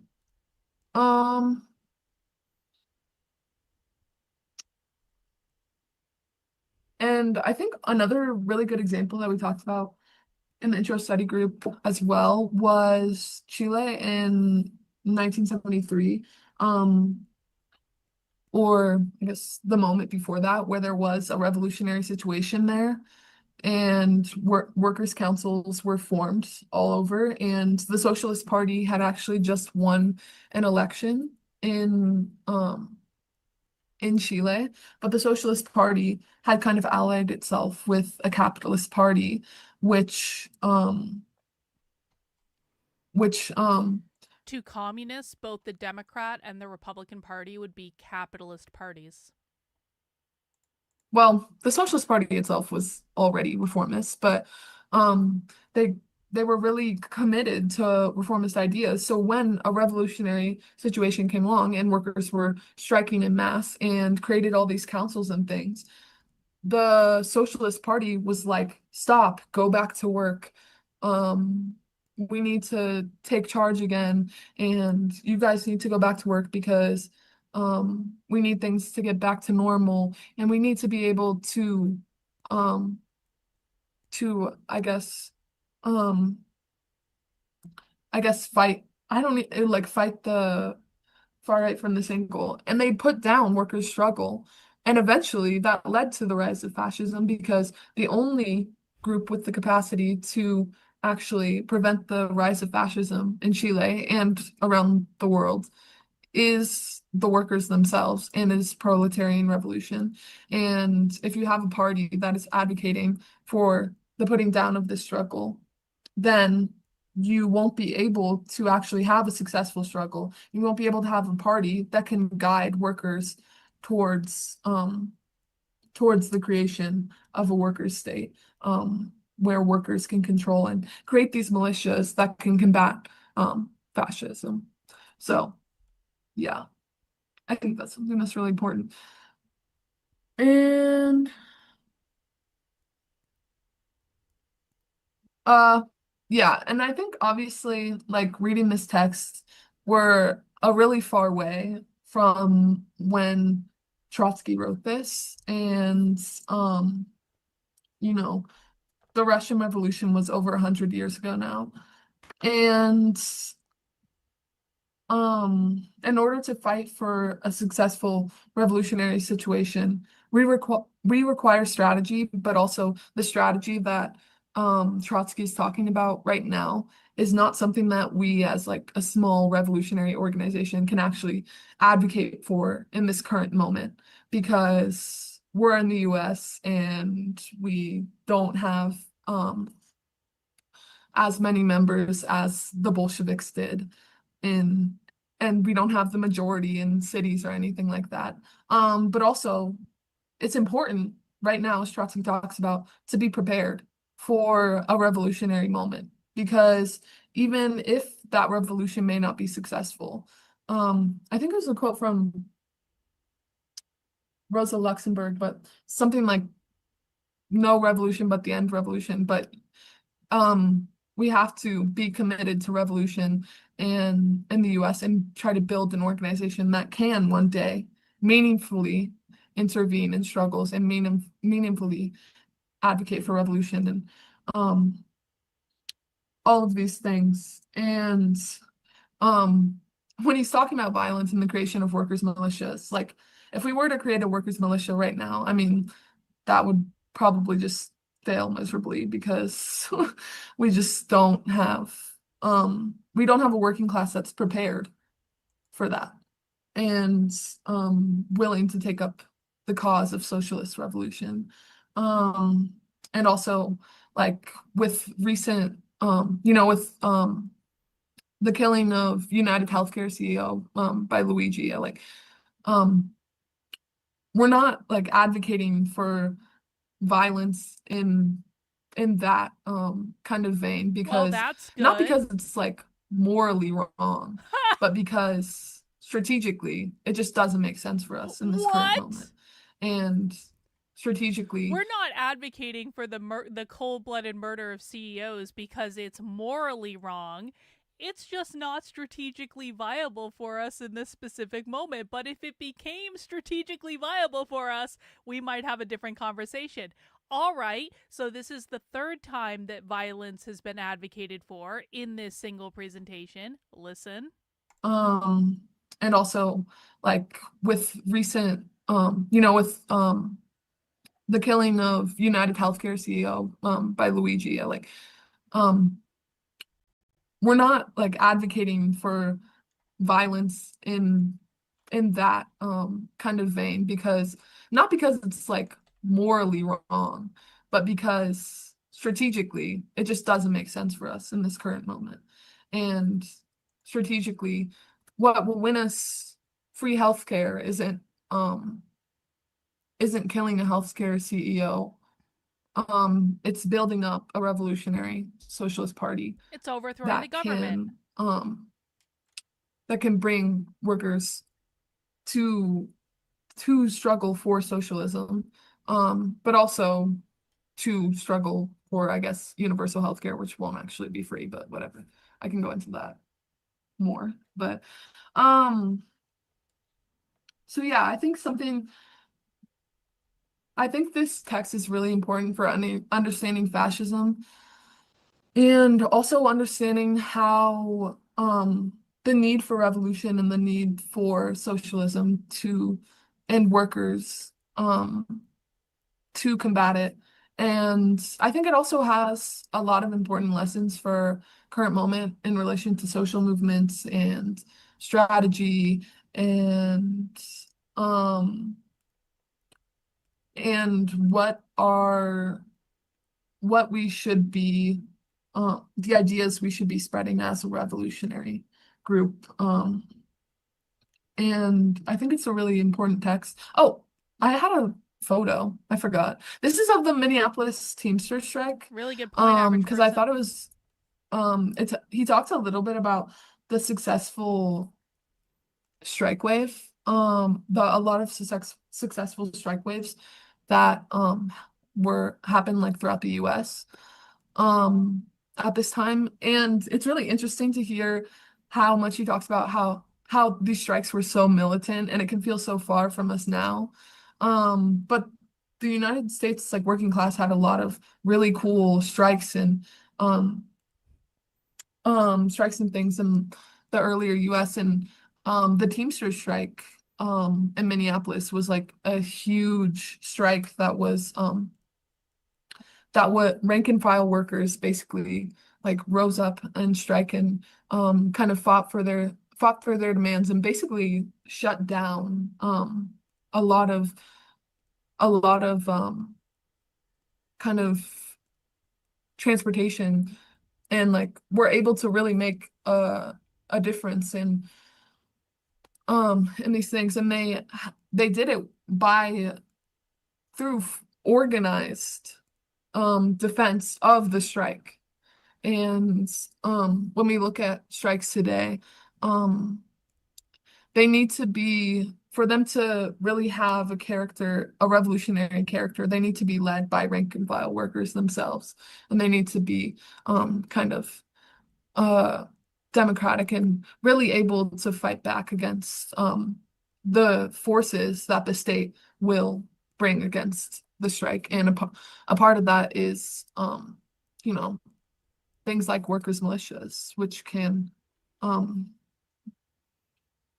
will combat the idea that leading workers to the slaughter, basically. So yeah, that's basically all I have.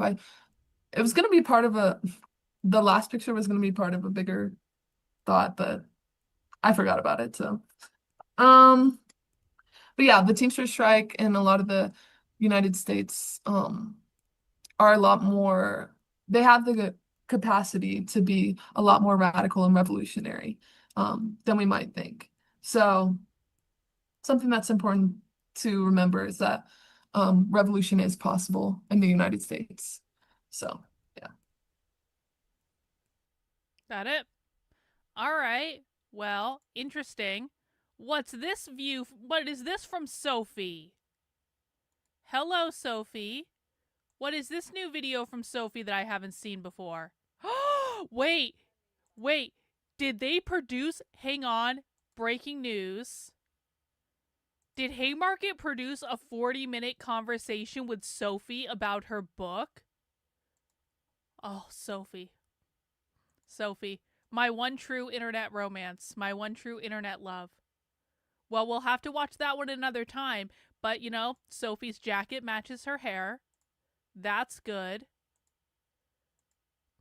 Not wearing makeup. Sophie's embracing the non-binary. All right. Well, we'll come back to that one. 2 hours ago. Brand new Sophie. Yeah, Sophie, we missed you. It's been a minute. I did see that Sophie was naked on her Instagram again a couple weeks ago. I think I posted a picture of that over on Twitter. Sophie was naked crawling through a river or something like that. She does these montages every month on her Instagram in which she's inevitably naked in one of them. Sophie has great tits, though. I will say that. All right. I don't know. Maybe Big Tech's going to be competing with Sophie again soon. Maybe I don't know. Can he ever, though? Can he really ever? Can any internet man compete with our queen, the queen of the internet girlfriends? I just don't think so. I don't know. Anyway, let's go back here. Yeah, Sophie looked like a mermaid as she was crawling through the river naked. She did. It's true. No one can top her. Nope. Sophie is inevitable. Sophie is perpetual. Sophie is everything. The ginger dragon rules all. He cannot compete. No, we do not pay attention to internet bullshit artists. He is not relevant at all in the discussion in any way. All right, what was the other video I wanted to watch from this from the Denver Communists? Let's see. This one's like 40 minutes long. I don't know if I want to commit to a full 46-minute video. I don't know.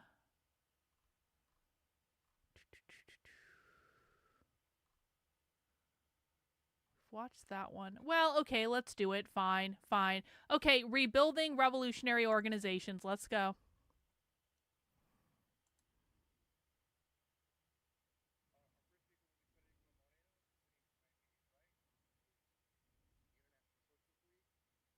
Uh-oh.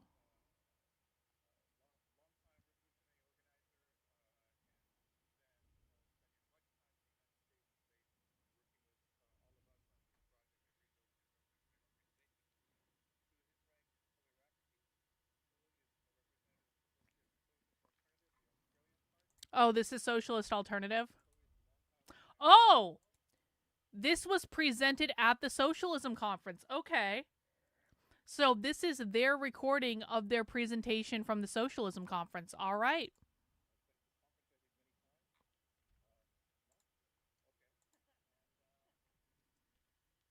Oh, you can't hear it? Hang on. Hang on.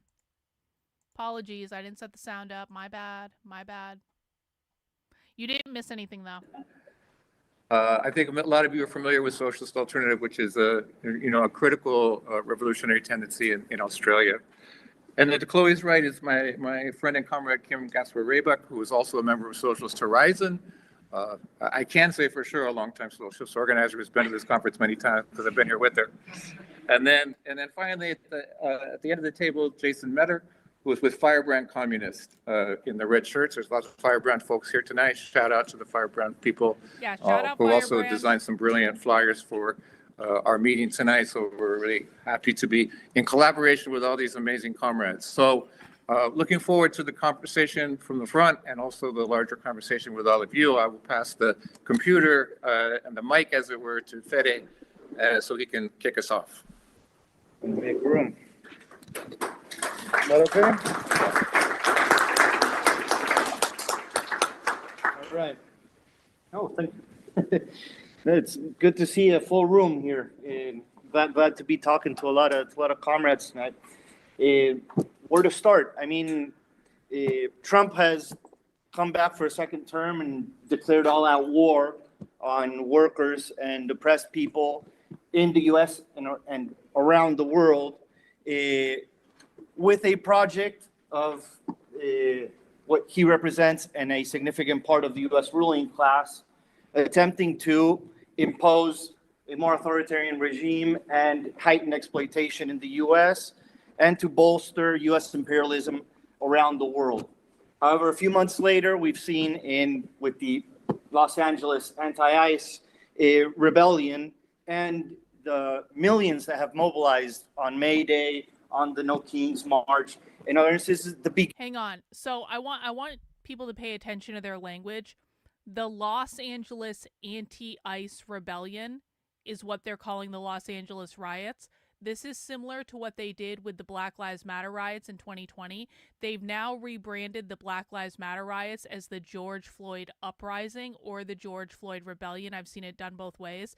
This is what the left does with language, and the left is always very conscious, I think, of creating these iconic moments that will live into history. So for example, the Columbia University students, when they took over that building on campus a couple of years ago, they, like, for a lot of people on the right, you know, they saw a bunch of students that took over a building and they broke a bunch of stuff, and then the police came in and they arrested them, and then it was all over. The students saw it as the Heinz Hall Rebellion, where they took over a building, and then who was it? Macklemore made an iconic song about the Heinz Hall Student Rebellion or something like that. They are myth making. They're creating these iconic moments that can be used to inspire activists, inspire protesters, inspire future direct actions throughout history, whereas the right just goes, okay, they arrested them, it's all over. It's not all over. And they don't care about being arrested. What they care about is creating those iconic moments that will live on far beyond them. They manipulate language to do that. They manipulate the story to do that. They use arts and music and culture to do that. And I just want to note that so that people kind of have that in the back of their head. Beginning of the emergence of a real resistance that puts on the table a situation which is of a struggle with an uncertain outcome. We cannot say that Trump will be able to win or lose this struggle, or if we will have the capacities to stop him in his tracks, overthrow his project, and do something better with our society. This struggle comes not only with massive mobilizations, but with a significant radicalization in this country, which opens opportunities for building revolutionary organization in this country if we're audacious. Pop quiz. We're going to go back and we're going to listen to this part again. When they're talking about building a revolutionary organization, what does that mean? I want to make sure people understand what we're talking about here. What do they mean when they say building a revolutionary organization? What are they trying to build? And what are they trying to do? What is the purpose of this?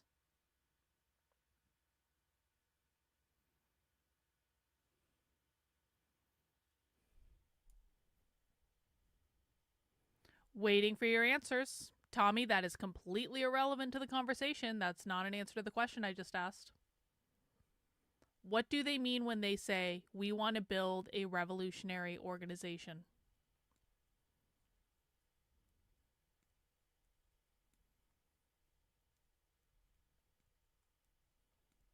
Nope. Nope. I'm not. Overthrowing capitalism is not the correct answer. It's a throwaway answer because you guys are being lazy.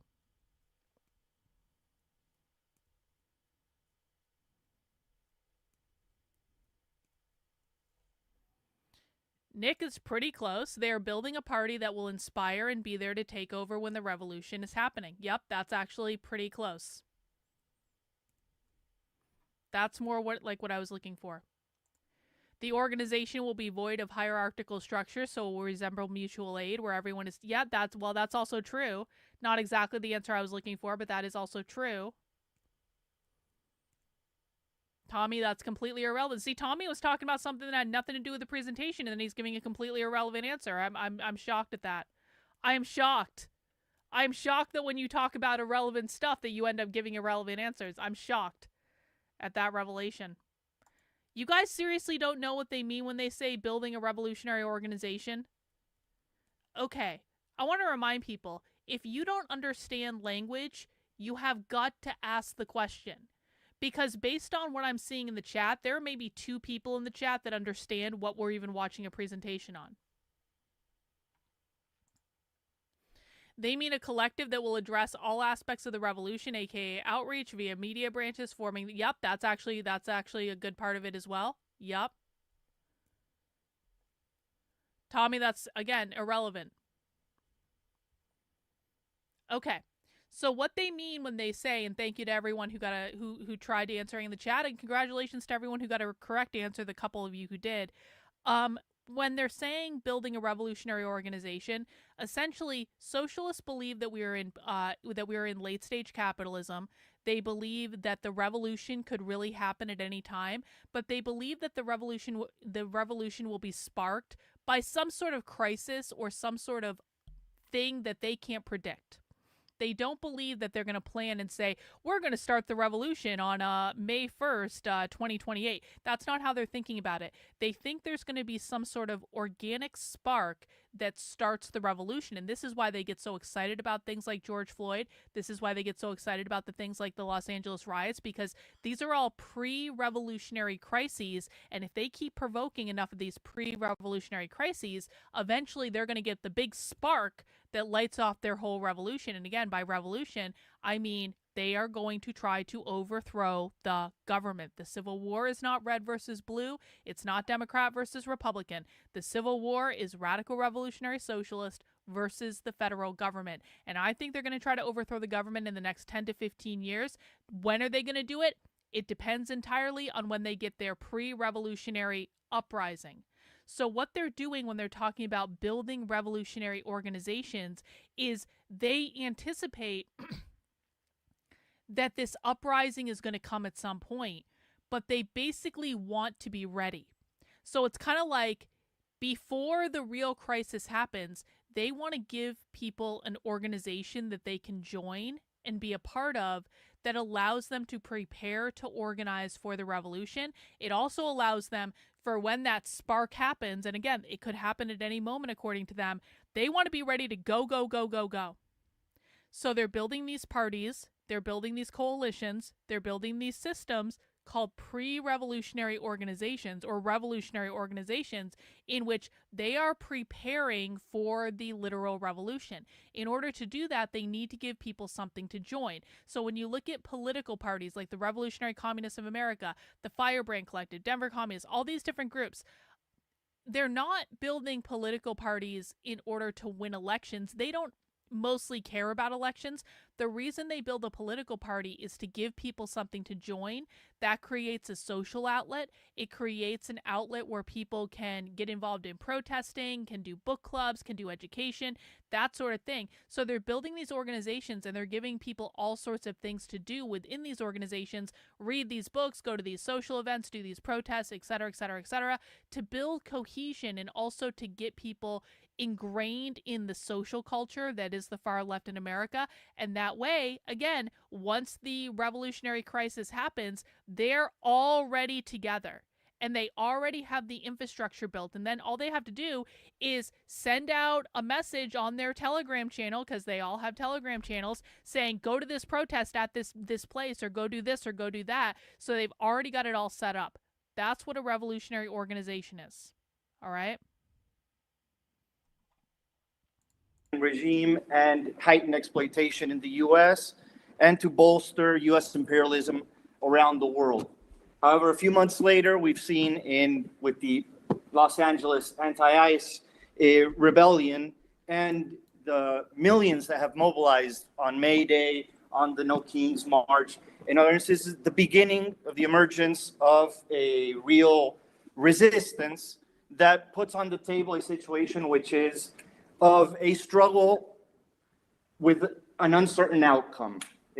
We cannot say that Trump will be able to win or lose this struggle, or if we will have the capacities to stop him in his tracks, overthrow his project, and do something better with our society.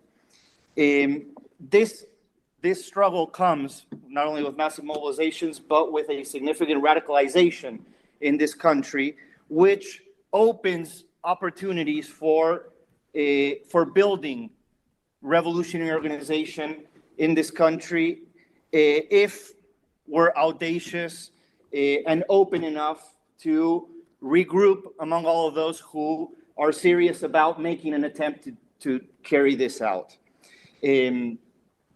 Trump is part of a global process of rise of the far right. At the same time, his second term strengthens this process as a whole and puts him at the head of it, spearheading this global phenomenon of the rise of the far right. This is in part, in our view, a product of the crisis, the systemic and polycrisis, many call it, of the capitalist system that exploded in 2008 and which no one has found a way to resolve until now. They believe the capitalist system exploded in 2008. Isn't that funny that they believe that the explosion of the capitalist system coincided with the election of Barack Obama? In an attempt to recover profitability, which they have not been able to recover through because of the housing increasing crisis? Massively exploitation, Probably imposing more crisis. Repressive and authoritarian regimes in order to impose on the majority of working people this increased exploitation and oppression. But it's also a product of the failure of a number of expressions of false left-wing expressions. That is, this is important. You understand they see Obama as a capitalist, right? You understand that if Obama wasn't a capitalist, in their eyes, he would have reined that shit in. You understand Obama was the one who bailed out the banks, right? Because it goes to a false argument, which is that the far right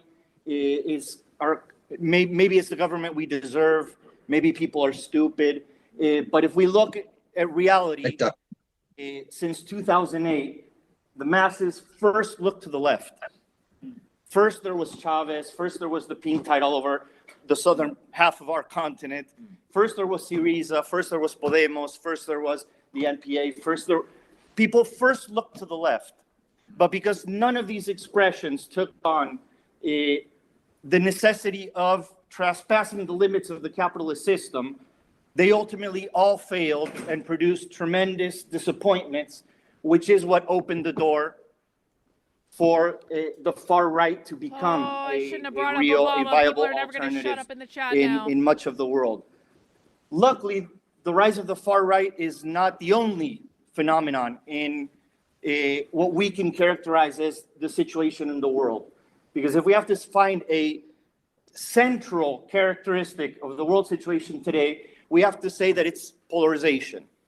There is a radicalization to the right that is reaching governmental power in many places, but there is also radicalization to the other side that is expressed in resistance, in rebellions and revolutions, in mass movements, in massive strikes in some of the countries that haven't seen them in many decades, including this country, including the UK, France, which means that our side is not defeated yet, which means that we still have a fighting chance. And it means that although our side of the polarization has a structural weakness, which is we haven't produced a political expression of this radicalization towards our side, which the right has found.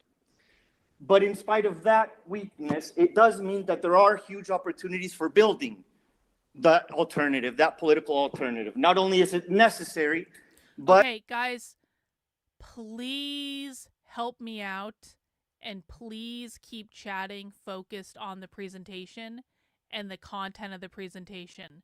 I'm begging you to do this, because I promise you that when you are chatting in about something that is completely irrelevant to the presentation, you are not listening to the presentation. And if you're not going to listen to the presentation, I may as well end the stream, okay?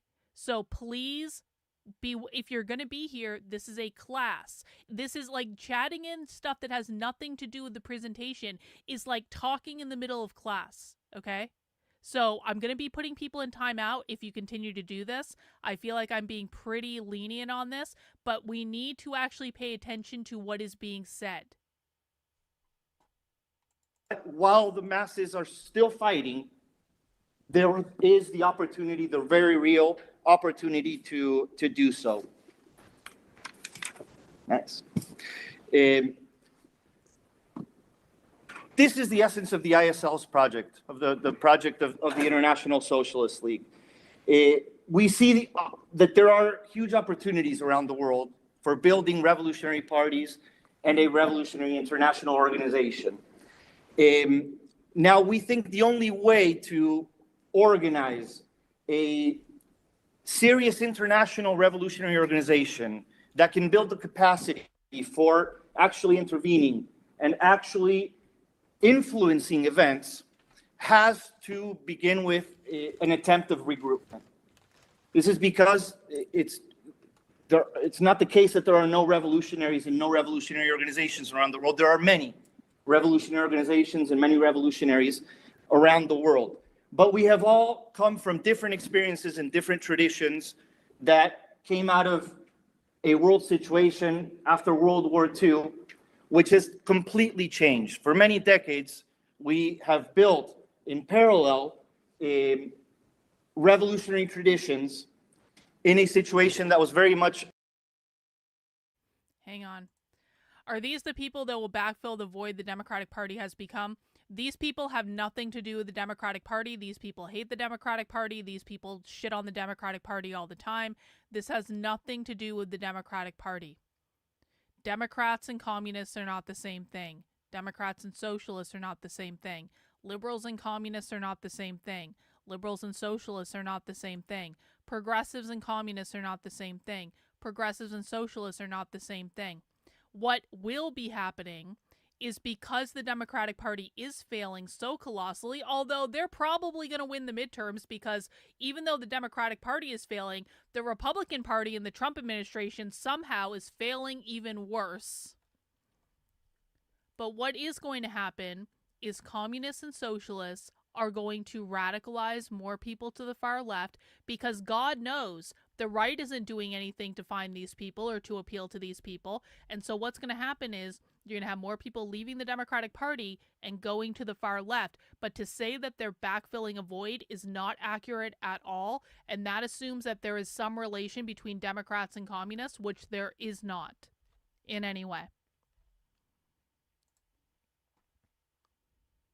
on the defensive. And I mean, clearly, all of these traditions got something right, or else we'd be starting from scratch. We're not. And we clearly got a lot of things wrong, all of us, or else, we wouldn't be in this situation.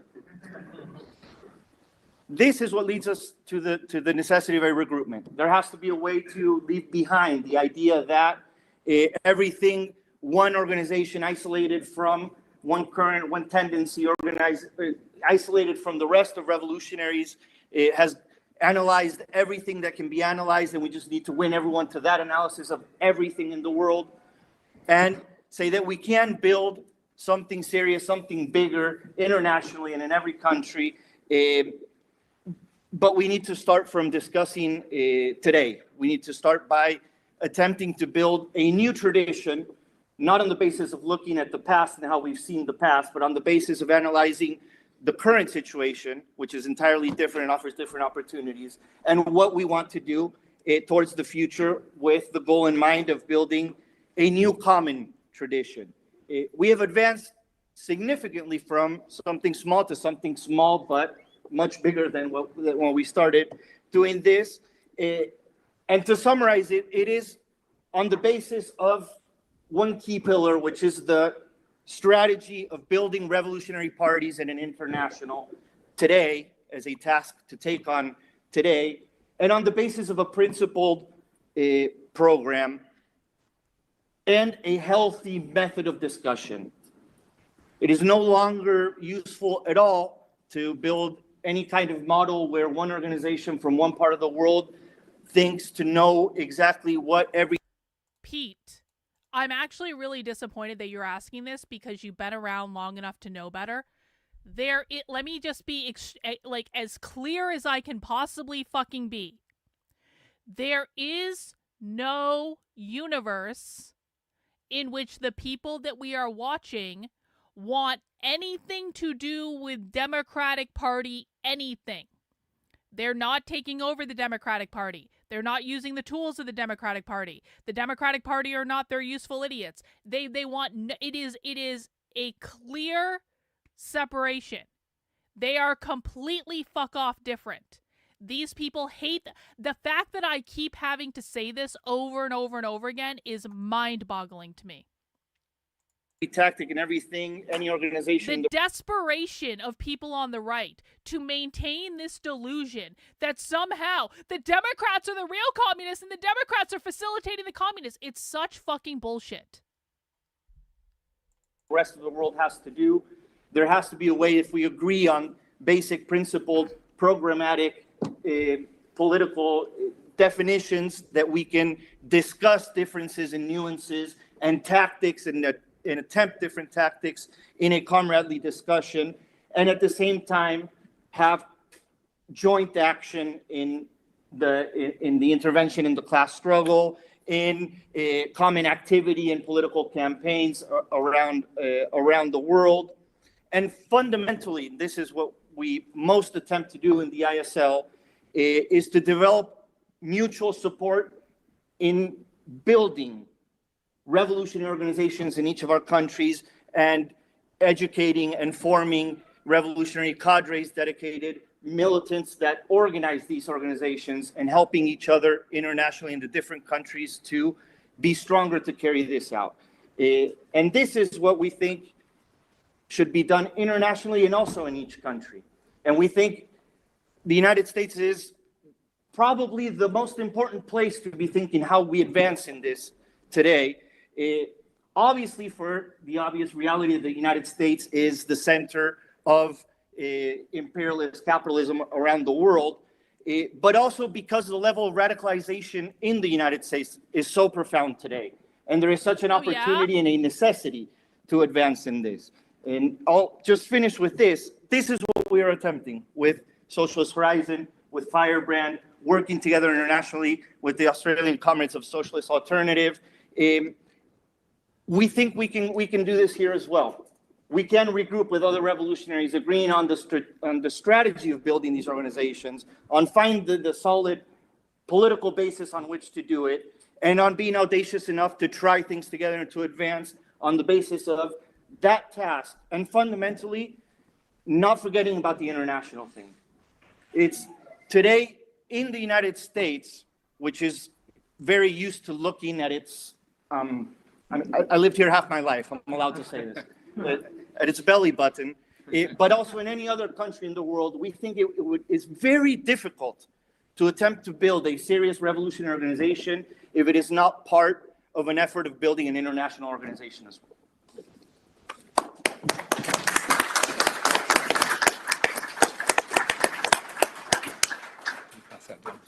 Oh, yes. Periodically.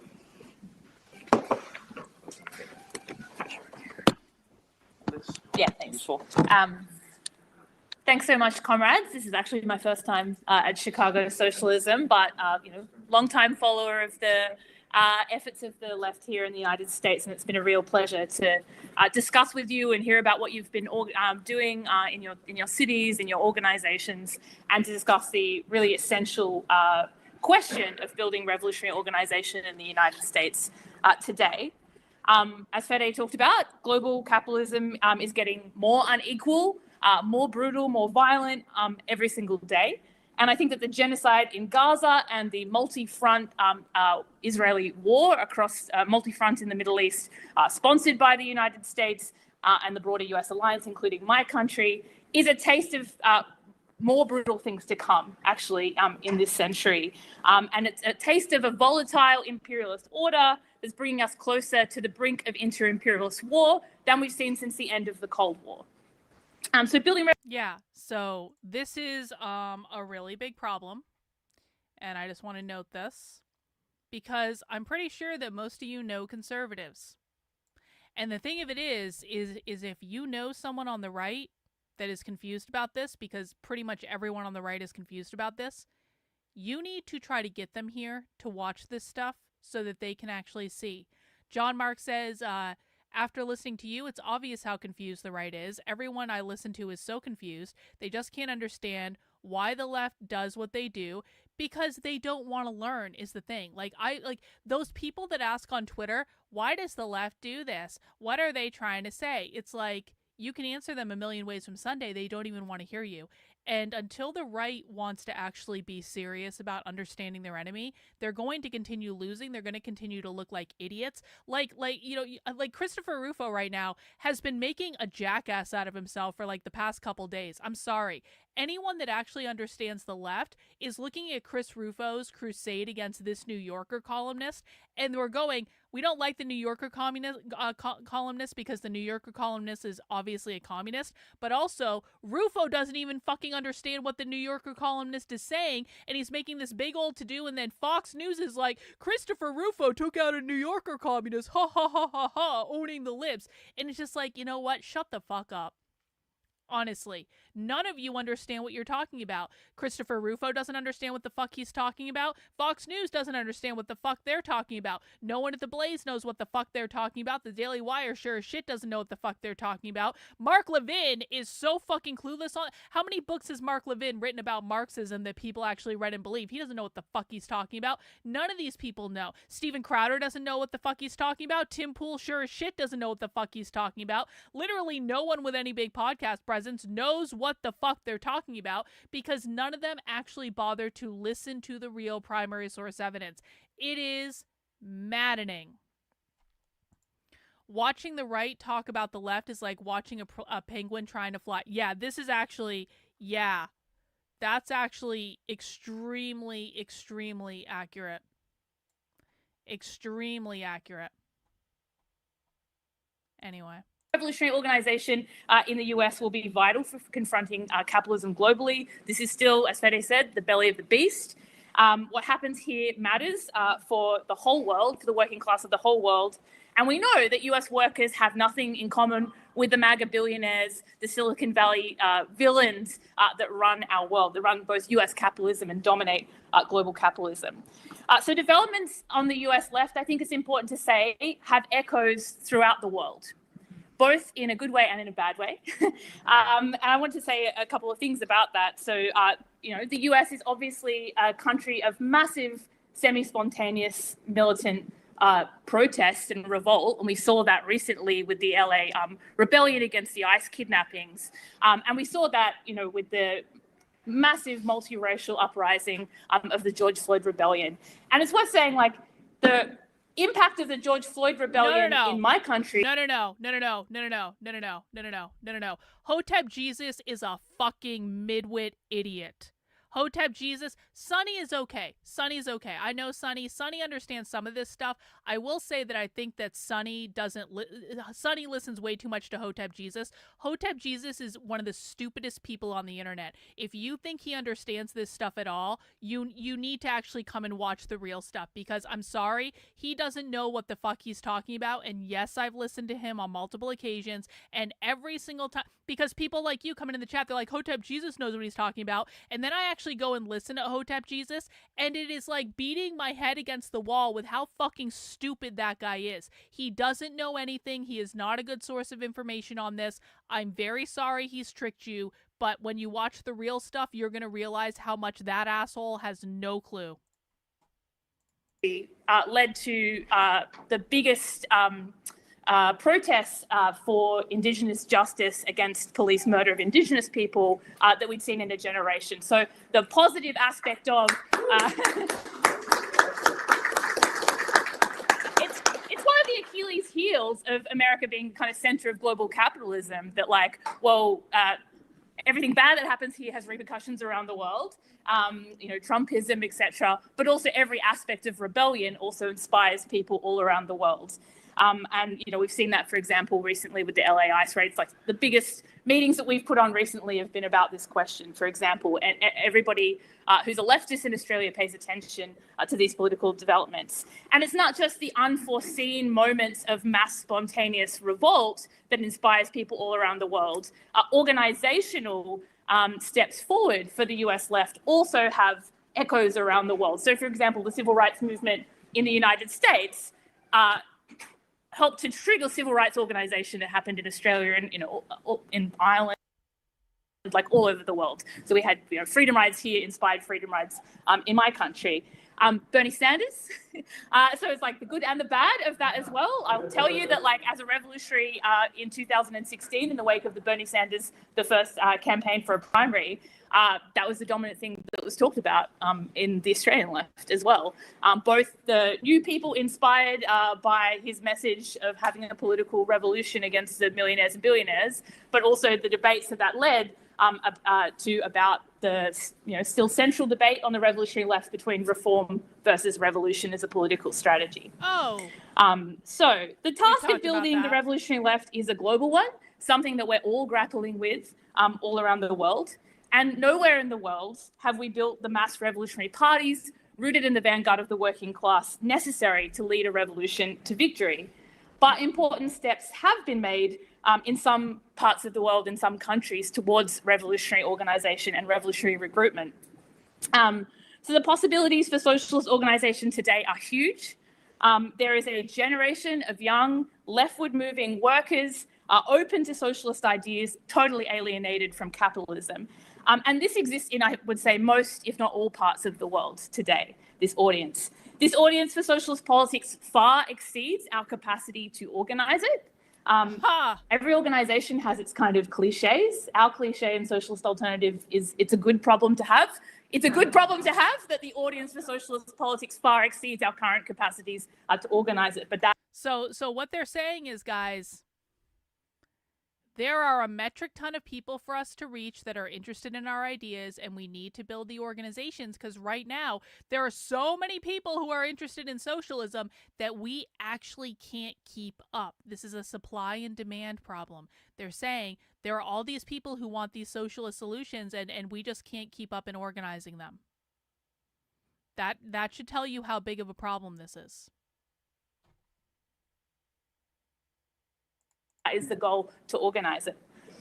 So I want to talk a little bit about the experience of Socialist Alternative in Australia. We definitely do not have a monopoly over good ideas when it comes to revolutionary organisation. We definitely do not have all the answers, and I really agree with the point that no political policy has a monopoly on all of the mistakes or all of the answers to the question of how we organize revolutionary organizations today. And we've made plenty of mistakes. As to paraphrase Lenin, I'll be right back. If you're a revolutionary organization that's not making mistakes, it probably means you're not really trying to do anything. So a bit about our group. So since I joined in 2013, we've gone from a small revolutionary organization of around 200 members to today, where we're a small revolutionary organization of just shy of 700 members. So still, marginal to the workers. So still marginal to the workers' movement and national politics, but we're now the largest Trotskyist and anti-Stalinist organization that's ever existed in Australian history, and we're able to take some important steps forward, intervening into struggles in Australia today. So we see ourselves not as a Bolshevik party in miniature, but as an interventionist revolutionary cadre organization, which is, we hope, capable of contributing to the construction of a mass revolutionary party in the future. So often this kind of project of revolutionary cadre organization is dismissed as doomed to create a microsect. I wanted to address this kind of argument. So the idea that it's doomed to create a small organization, cut off from mass work, incapable of relating to workers, doomed to irrelevancy, and doomed to potentially creating a hothouse anti-democratic internal environment. And I think that our organisation came out of a crisis of the revolutionary left in Australia in the 1990s. Our organisation, for example, was undemocratically expelled from a pre-existing political organisation. So we understand where these criticisms come from. It doesn't come from nowhere. And there are certainly small sectarian outfits on the left that makes this argument seem true. But I think that the growth of the socialist alternative in Australia, both numerically and in terms of our political intervention, shows it is possible to construct revolutionary cadre organisations with both an interventionist and growing interventionist approach to politics and an internal democratic culture. So as I said, we emerged out of a crisis of the Australian left. Comrades had to pick themselves up, dust themselves off, and just take the first step forward in regrouping revolutionary organisation. And from the outset, we prioritised recruiting and training revolutionary cadres at a time when many groups were sort of shifting to the right and adopting liberal fads and kind of liquidating and turning away from Marxist politics. So we've always prioritised recruiting on an explicitly revolutionary basis. But we've also always combined that with political intervention into the movements of the day. And what you can do in terms of political intervention when you're 200 people is very different to what you can do when you're 700 people, but there is always a capacity to intervene into the movements of the day. And for example, when we were very, very small, when we were first expelled from the Australian ISO, the anti-globalization movement was one of the first movements we intervened into, where we weren't just recruiting in the ones and twos, but were able to break out and build some of our first new revolutionary cadres. So today we are capable of playing a role in social movements, union struggle, and political projects that would have seemed impossible for us just a couple of years ago when we were much smaller. And I just wanted to go through a couple of examples to give a sense of this. So, for example, during the climate strike movement of 2018 to 19, a moment that was dominated, probably this is true in much of the world, by... Hang on. We got a question. Ron says, is there a past or present communist regime that the modern communist movement is trying to emulate? If there's any, it's the Russian Revolution with the Bolsheviks. I mean, they're kind of obsessed with learning about the Russian Revolution and studying the Russian Revolution and Lenin and Trotsky and all that. They are not Stalinists. I mean, someone said earlier, I missed them saying they're an anti-Stalinist organization. There are some Stalinists, there are some Maoists in the United States, but the vast majority of the far left are Leninists. They're Marxist-Leninists, and they want to repeat the Russian Revolution in the United States, essentially. But they do not like Stalin. They fundamentally reject Stalin. And Mao is in the tradition of Stalin, so if they reject Stalin, they're also rejecting Mao. So, and this is why, by the way, I don't put any stock into all this like whining and complaining that conservatives do about China and the CCP. It's not as though the CCP and the Cultural Revolution is irrelevant. It's really interesting. It's interesting information. But in terms of leftist activism in the United States right now, it's really not all that relevant, to be honest. Like, we might watch some stuff about it sometimes, but like, I really try to avoid conversations around the CCP in China because it's just not relevant to what we're talking about, and a lot of people are confused by that because conservatives are fuck off obsessed with China, China, China, China, China, China, China, but they don't realize, because they don't listen to the far left, that actual activists in America are not, they reject China. They reject Mao. They reject all that stuff. They believe China is capitalist. And so that's why we don't talk about that. And by the way, I do have them on video saying this. I literally have the Denver Communists gave a whole presentation about how much they don't like Mao. They gave a whole presentation about it. So it's kind of like, that's why we don't talk about it all that much, honestly.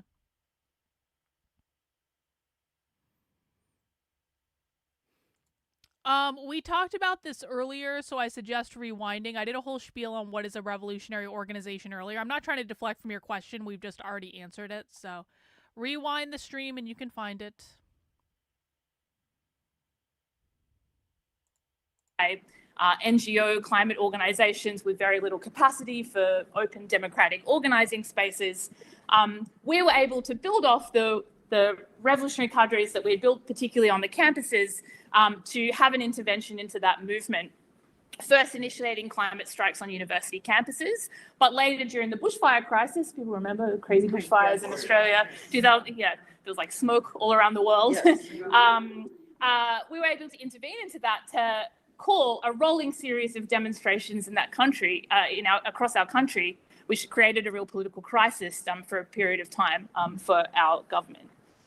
And I was involved in chairing a demonstration of 50,000 people in Sydney, calling for our Prime Minister to be sacked, which he wasn't sacked, but we, really shook things up for a period there in Australia, and massively contributed to them being turfed out of government a few years later.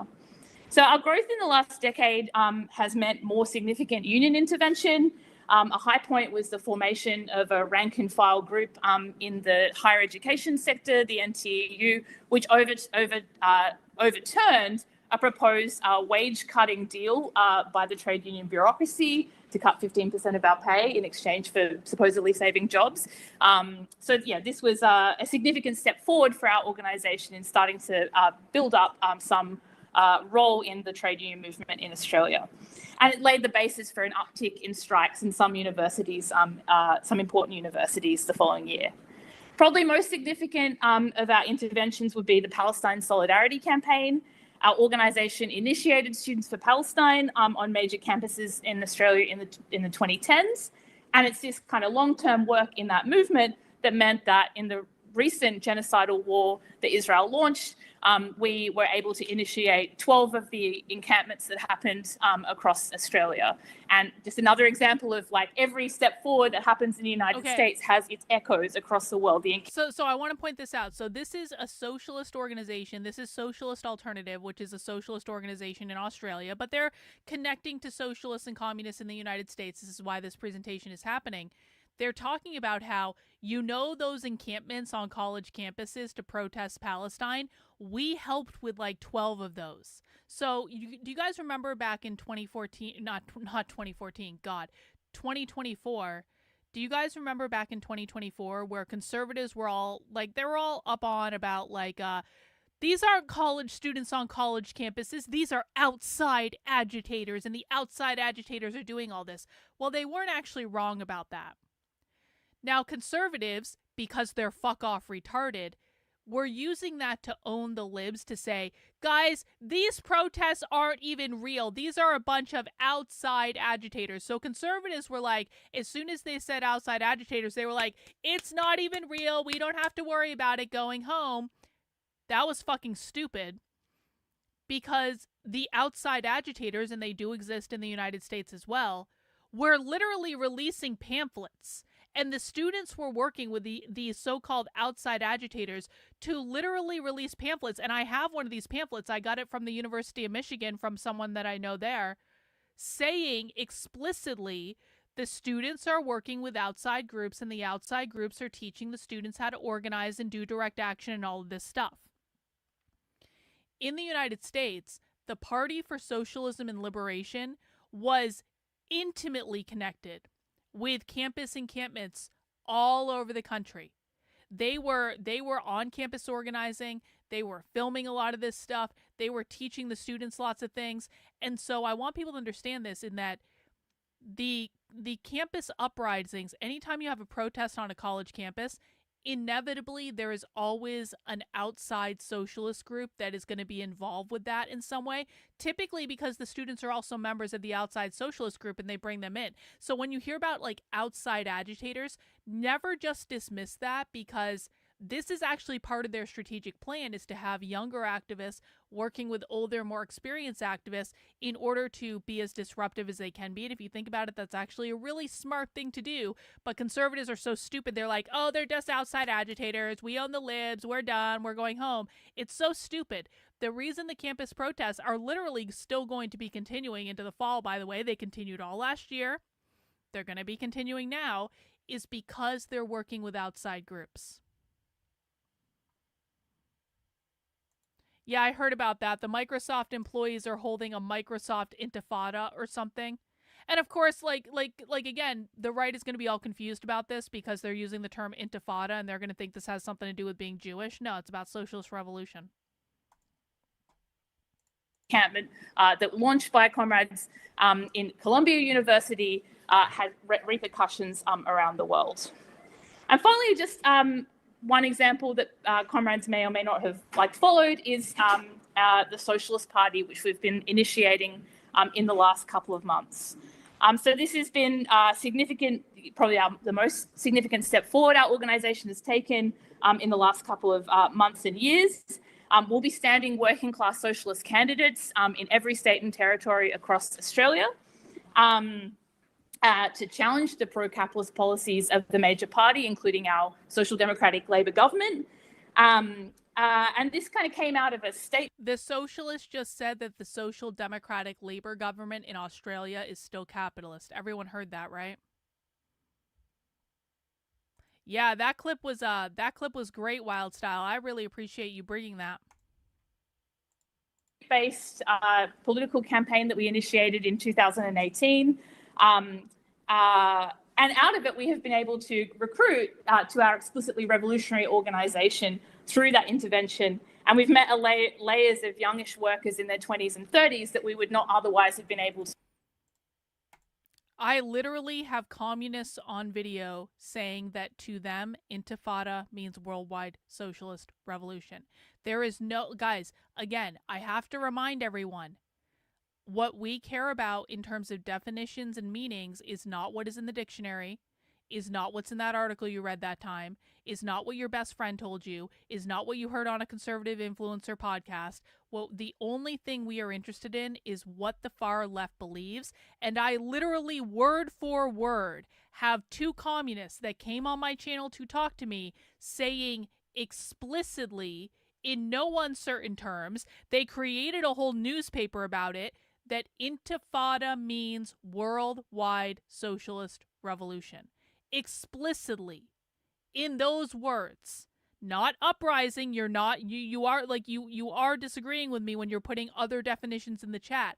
The only definition that we care about is the communist definition, and it is worldwide socialist revolution. To me, when we were much smaller. And I just wanted to say two things about this. Like, the only reason that we've been able to take these steps forward and reach an audience, far beyond the ranks of our almost 700 members now, is because of the work that we've done building an explicitly revolutionary cadre organisation over the years. So our core base of cadre has allowed us to engage with this much more ambitious project on a principled basis, particularly as electoral work obviously comes with significant risks. And I think it was also a really important test of our internal democratic culture. Setting up the party in Victoria involved really significant internal debates in our organisation at every level of our organisation, from our national leadership to our experienced cadres to the newest recruits. So yeah, I'm kind of gone over time, but to start to wind up, I guess the point of sharing these experiences is not to say that there's one simple formula that can be taken from any of our political practices and rolled out in any country for significant success. But I think it does demonstrate that the approach of regrouping revolutionaries and taking the first step forward on a principled political basis can mean that you can punch above your weight and start to take that step towards building a mass revolutionary party. So thank you so much for listening. I hope to learn a lot more from listening to all of your experiences.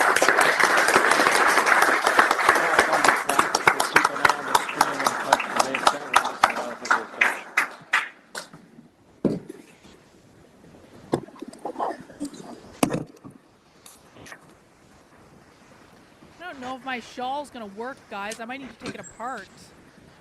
I don't think this is gonna work. It's too Good small. afternoon, comrades. I'm so glad that we're able to be together during this inauspicious crisis. As everyone in this room knows, U.S. capitalism has been in crisis for decades, and especially since 2008. Oh, yeah? I suspect most here radicalized either by the first two Gulf Wars or the 2006 immigrant strike, or during the Black Lives Matter movement, or via the 2022 Dobbs decision, or most recently, the US financed Israeli-led genocide against the Palestinian people. Today, millions and millions more are being radicalized by the ICE raids that are happening in LA and Chicago and New York and Florida and frankly across the country. Trump felt that these efforts were being thwarted by lack of dollars. These hideous attacks will now be funded. With the July 3rd passage of the one big barbaric bill, we will see a massive expansion of Trump's capacity to kidnap, arrest, detain, and deport migrants with a variety of statuses.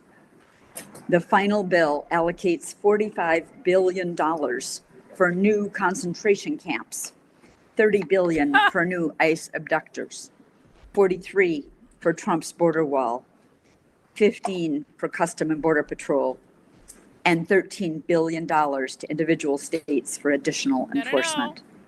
No, John, no. What you are doing is clinging on to the definition that you know, and now you're trying to rationalize clinging on to the definition that you know. As I said, the very specific definition that communists have given directly to us is worldwide socialist revolution. If I give you a correction, I understand that you're relatively new, but if I give you a correction, what I do not want is continued arguing in the chat. What I need you to do is to listen to the information that I have given you, which I have painstakingly gathered over the last 5 years, watching more of this shit and interacting with more of these people than anyone like else in the world, honestly. So if I'm giving you information, I don't want to hear argument. I don't want to hear rationalization. I don't want to hear deflecting. I want you to take in the information. $88 billion. That's as much as the United States spends on the entire police force for the entire United States per year. Amongst the dozens and dozens of attacks on children, seniors, working, and disabled people in this legislation, it will cut more than $1 trillion. $1 trillion from Medicaid, which funds hospitals, nursing homes, home health care, and Planned Parenthood, for starters. First, Harris and Biden, and now Trump and Vance, are on the cusp of pushing a regional and world powers into a massive war in the Middle East, with the distinct possibility of that war ending in world war. None of this is fear-mongering hyperbole. This is the world we currently live in and the unprecedented situation we find ourselves in today. Having said all that, it's clearly time for committed revolutionaries to recognize the need to build open, welcoming environments to help usher in the hundreds and ultimately thousands who are searching for revolutionary organization and at present have nothing to find, with the exception of social democrats, i.e. reformists, and Stalinists/Maoists. First off, that's not true. There are a lot of non-Stalinist and Maoist socialist organizations in the United States, but that's so funny. They're like, we need to give people an organization that is not the DSA because, again, these people are revolutionary socialists. They do not like the Democratic Socialists of America. The Democratic Socialists of America are reformists. These are revolutionaries. They may both be socialists, but they're not on the same team. So they're like, we need to give people an organization that aren't Stalinists and aren't DSA. Hey, thanks to ladies who got the membership. Let's see. Oh, John Merck got the membership. All right, congrats, John. Hopefully John isn't upset about the little dressing down I gave him because now he's a channel member. Excellent. Thank you. With campus politics, organized in top-down fashion, a fashion that will not build political leaders who can, with real-world experiences of struggle and political education, organize in their schools, their workplaces, their communities, and in all of the upcoming upheavals. Revolutionary parties cannot be built overnight. The endless attacks and subsequent revolts and rebellions are coming. When and where is not something we can predict, but they're developing nationally and internationally, and that development is inevitable. What is not inevitable is that there's a revolutionary organization prepared to work not separately from, but right alongside a developing cadre in these struggles to grow an ever larger, stronger, more durable, local, national, and international organized working class. A working class with the capacity to not only topple those fascist oligarchs, but to replace them with a workers' state designed to begin filling the actual needs of workers via vast amounts of genuine democratic structures, historically called Soviets or workers' councils, to provide food, housing, and health care via taking over governments, workplaces, banks, hospitals, and schools. I'll conclude with this. There are no shortcuts, but there's also no time to waste. We are convinced that there are various organizations and countless activists that agree with us. That is why we are proposing revolutionary recruitment as the best way forward to lay the basis of the revolutionary organization we so desperately need. We're not uniting just for the sake of uniting, but for the purpose of bringing together all who agree that we must begin building a revolutionary party in the United States and internationally today, and agree that to do so must be around a core set of principled political points of unity, including revolutionary socialism from below, opposition to Stalinism and reformism, opposition to ruling class capitalist parties, choosing to fight for internationalism against imperialism, colonialism, Zionism, and campism, and recognizing the struggle against all forms of oppression must be central to all of our work. We call on any and all of you who share this view to join us in this collective project. Thank you.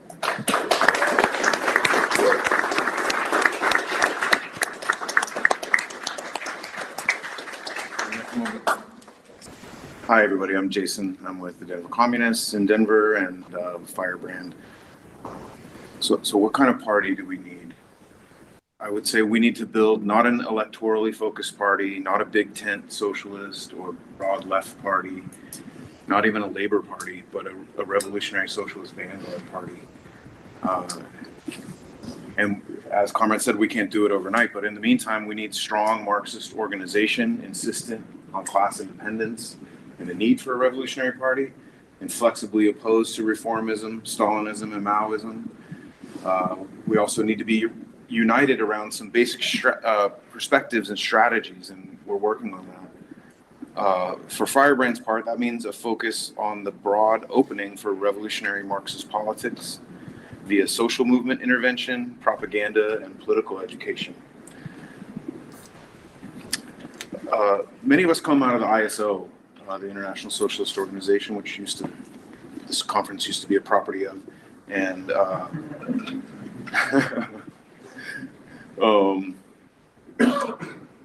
it's complicated.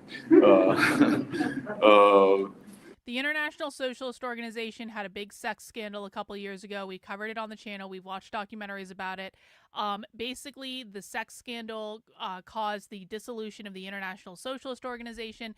The Socialism Conference used to be part of the ISO.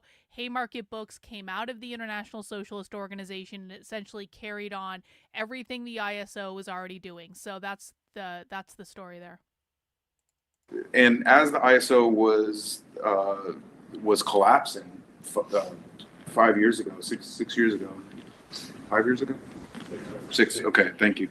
Hal Draper's 1973 essay, Anatomy of a Microsecond, was passed around and effectively set off like a bomb to finish the job. While rightly rejecting narrow sectarianism, Draper goes too far and vilifies the fundamental Marxist approach of organizing around a shared politics of some specificity.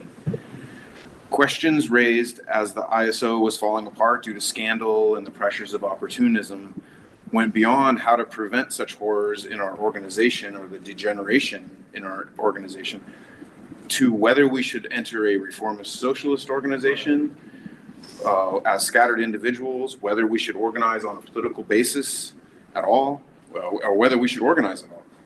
And many comrades came to reject basic Leninist ideas on revolution and organization, throwing the baby out with the bathwater. Crisis and cruelty are inevitable under capitalism. Resistance to them is also inevitable, but the success of that resistance is contingent on the ideas and practices that it takes up. Revolutionary organization is meant to develop and spread ideas and practices that can win. The necessity of such a party, of a revolutionary party, derives from features of class society and human consciousness that remain unchanged since such a party was conceived and tested by the Bolsheviks, including the hegemony of bourgeois ideology, the uneven development of consciousness within the proletariat, the centralized power of the capitalist state, the treacherous role of reformism. Revolutionary organization brings together the more advanced elements of the class to systematically counter the influence of the ruling ideas. In addition to fighting the bosses, their states, and the right, revolutionaries must also embrace what I like to call intra-left combat, countering liberalism and reformism, and the dominant ideas in. Wait, I love it. I love it. You know how like the right's like the left never infights like us. Oh yeah, the revolutionaries on the left are saying infighting is just part of the thing we sign up for. We need to infight with the reformists. We need to infight with the liberals.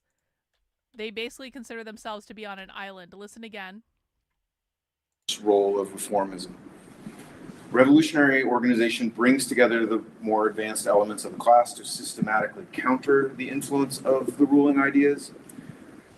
In addition to fighting the bosses, their states, and the right, revolutionaries must also embrace what I like to call intra-left combat, countering liberalism and reformism and the dominant ideas in social movements, as well as the various socialisms from above.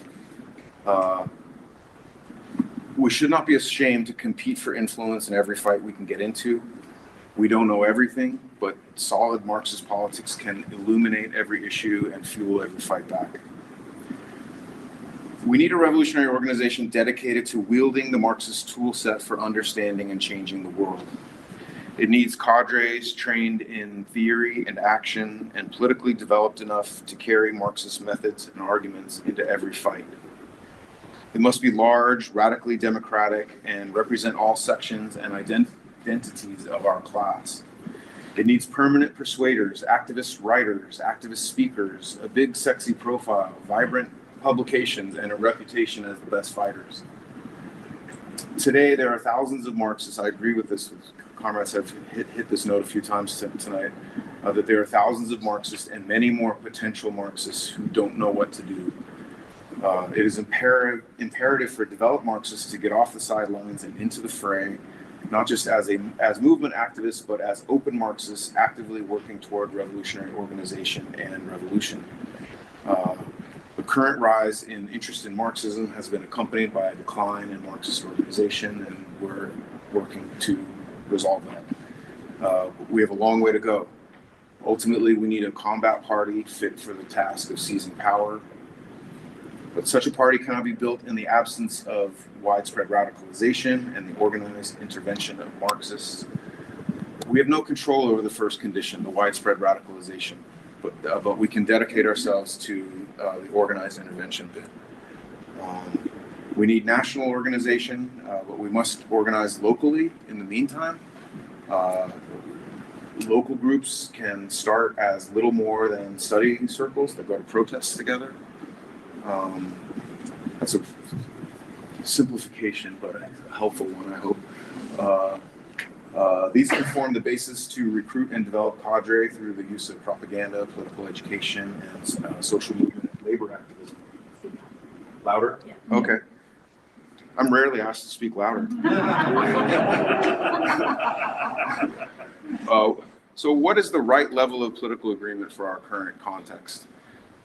Some of the divisions between Marxists can be contained within a single organization. Others are too fundamental. An organization that is too narrowly defined will not attract enough members nor foster the vibrancy necessary to develop self-confident, critically thinking cadre. Similarly, rather than fixating on crafting the perfect program for a particular movement, we should ask ourselves, what demands and approaches will get more people actively involved and provide a basis for further action? This is based on the idea that people learn best in struggle, not by being convinced of an abstract, overly detailed program. So we have to find some space in between those two ends of the spectrum, I think. On the other hand, a revolutionary organization that papers over issues that have rightly divided Bolsheviks from social democrats, Stalinists and Maoists and anarchists only entangles itself in interminable debates and precludes effective activity. We need a coherent politics and methodology. In addition to political agreement, an effective revolutionary organization needs to agree on strategy, specifically on issues of cadre building, propaganda, and intervention. We should organize around a clear and specific set of politics rather than common work, which is a controversial topic in some circles. I consider that organizing merely around common work as like attempting to apply the United Front method to organization building, and those are different things. And in fact, I think the United Front presumes revolutionary organization that's distinct from the other forces in the front. But anyway, it makes no sense for us to combine with those pointing toward Mamdani, the so-called axis of resistance, Chavismo, protracted people's war. We could go on. But these politics are incompatible with ours and must be confronted and ultimately defeated, not accommodated to or invited into our organizations. I think we should seek every opportunity to demonstrate our politics in action, but until we build the capacity to lead major struggles, we must recruit primarily on the basis of our ideas and feel okay about it. We're better off admitting that, as Mick Armstrong cautions in his little book, From Little Things, Big Things Grow. I don't think we have copies here, but Australian comrades brought us some copies. They're hard to get in the US. So we need to go where the fight is. We need to build on the rebellious elements in workers' consciousness and try to win the best fighters to Marxist perspectives. The forefront of class struggle today is in social movements where people are coming into motion over political issues. The people most open to Marxism will be found in these movements. Eventually, we need roots in strategic industry, but it is heightened struggle, not a few dozen artificially implanted socialists, that changes consciousness and provides an opening for our ideas. We can't fast forward to an effective revolutionary party just because we desperately need to. Our situation is undoubtedly urgent, but we must be patient and diligent with goals so modest as to seem disrespectful to that urgency, like getting 20 people to read Rosa Luxemburg together. Overestimating our abilities and current tasks or catastrophizing about our predicament can lead to opportunism, adventurism, or wavering between the two. And that can look like tailing a movement's politics in order to recruit, or papering over significant differences in order to fuse or merge, or going underground prematurely because fascism seems to be at the door. Our immediate task is not to build mass organization based on joint activity, but cadre organization based on a clear and coherent set of politics. We need permanent persuaders. We need dedicated opponents of the system, thinkers and fighters, students, teachers, and we must strive to become a relevant fighting force, but our near-term interventions will be more ideological than practical, let's face it. So these perspectives were developed in concert with my closest comrades in Firebrand over years of practice, assessment, and discussion, especially since the ISO collapsed, when we had to figure out how to proceed and what to keep and reject from our past. After the collapse of the ISO, the Denver branch refounded almost immediately as the Denver Communists on the same political basis that we had been recruited to. We adopted a guilty until proven innocent policy on accusations of sexual assault in the wake of what happened with the ISO. And a core group of six. What? They've adopted a guilty until proven innocent sexual assault policy? That seems like a great fucking idea. On the same political basis that we had been recruited to. We adopted a guilty until proven innocent policy on accusations of sexual assault. What the in fuck? the wake of what happened with the ISO. I would hate for any of the males in the Denver Communists to be accused of sexual assault and to actually not be guilty of it, because now their guilt has to be assumed. Wow. And a core group of 6 remained, and we've since built a membership of. What if we got someone to join the Denver Communists, or apparently the Seattle Revolutionary Socialists as well? What if we just got some local to join them and then accuse their leadership of like gangbanging her or something like that? What if we just did that? Like, you want to cause dissension? What if someone just fucking joins the Denver Communists and maybe they hang out a little bit? Like, they've got to ingratiate themselves to the organization. They can't just show up and say, you gangbang raped me or whatever. But what if we got someone to join them and then they became like friends with other people in the organization or whatever, and then just out and out accuse the entire leadership of kidnapping and gangbanging her? I mean, I think this would like actually be a really good idea.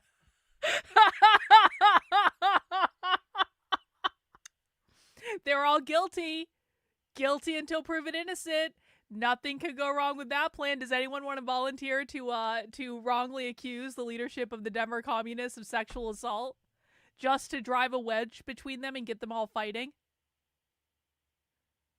You can assume a fake identity. It'll be fine. You don't need to go to the cops. You can just report it internally and they'll just assume everyone's guilty. 25. I think we were bigger than that a little while ago. The accordion opens and it closes. We've been active in Palestine solidarity, anti-racism, anti-fascism, and the fights for immigration, immigrant rights, abortion rights, queer rights. I'm proud to say that, but all of that, among all of our activism, I'm proud to say that the center of our work has been political education via weekly meetings and study groups on theory, history, strategy, and tactics. Through that, we've managed to develop some political clarity and avoid getting lost in the swamp of eclecticism, movementism, mutual aidism, and anti-organizationalism.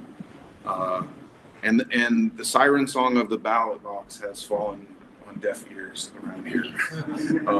We just have avoided the whole sphere, and rightly so, I think, at least for now. Nobody's around to tell us not to be so mean to social democrats anymore. We present ourselves as brash, bold, loud, and proud Marxists, Leninists, and Trotskyists. Though coalition and campaign work can require a softer touch, we take unapologetically hard left positions without worrying too much about having mass appeal. We raise the flag like a back signal and see who responds. We're trying to talk to revolutionaries, potential revolutionaries, not everybody. We may be few, we may be unable to flex as fully as we'd like to at this point, but I think our politics are immaculate. And our will to destroy the system is inexhaustible. So let's roll together.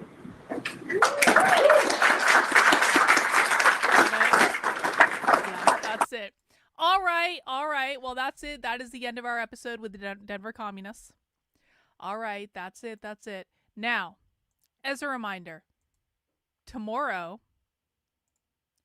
going to be a big day on the show, guys. Tomorrow, we are starting to dig in to the stash of BDSM leather kink videos that I just found on the City College of New York website. So if you have ever been curious about how queer Marxists queer sexual relations in order to play with consensual power dynamics, come back to the stream tomorrow. Starting at 5 p.m., we're going to be watching 2 lectures from the leather series. What did they call this? Hang on. What did they call this? The fuck did they call this? What did they call? Not that. This one.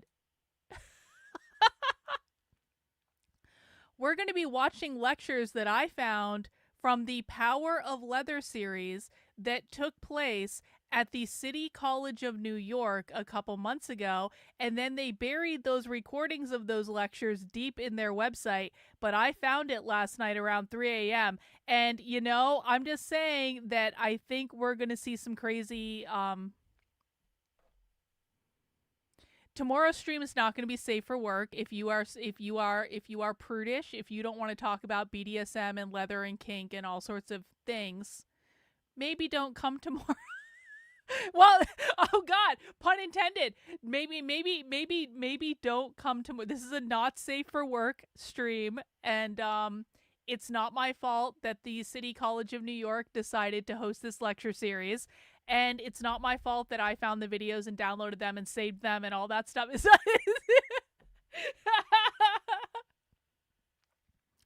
going to be great, okay? We're going to learn a lot of kinky shit tomorrow, starting at 5 p.m. Eastern time, and it's going to be awesome. Yeah, why doesn't everyone just come tomorrow? Just come tomorrow at 5 p.m. It'll be great. All right, I'm going to go take a break. We're going to be doing Disenraged tonight at 9 p.m. We're going to be watching some movie about the Illuminati and the Bilderberg group or something like that. Jennifer's got it picked out. So we will be doing Disenraged in an hour, and I'm going to go eat a burrito or something in the meantime. So I'm going to go do that, and then, you know, mount the like button on the way out the door. Make sure you come back to the channel tomorrow, and we will watch some, we will fulfill all of our kinky desires tomorrow on the channel, I guess. Okay. Nothing could go wrong with this plan. This is going to be great. All right, guys. Take care. We'll see you soon. Bye.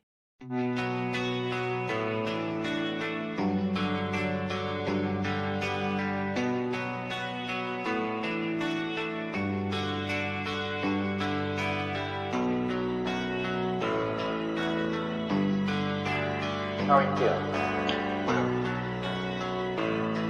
How long have you been here? 3 months, May 17th. And what brought you here? That's difficult to answer.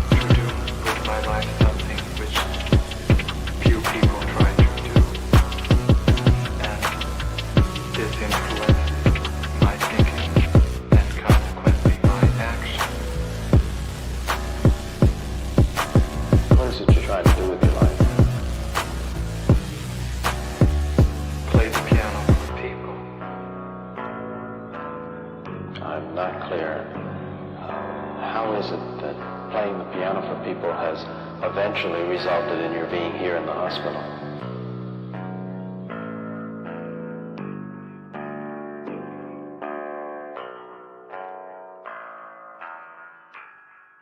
That's difficult to answer.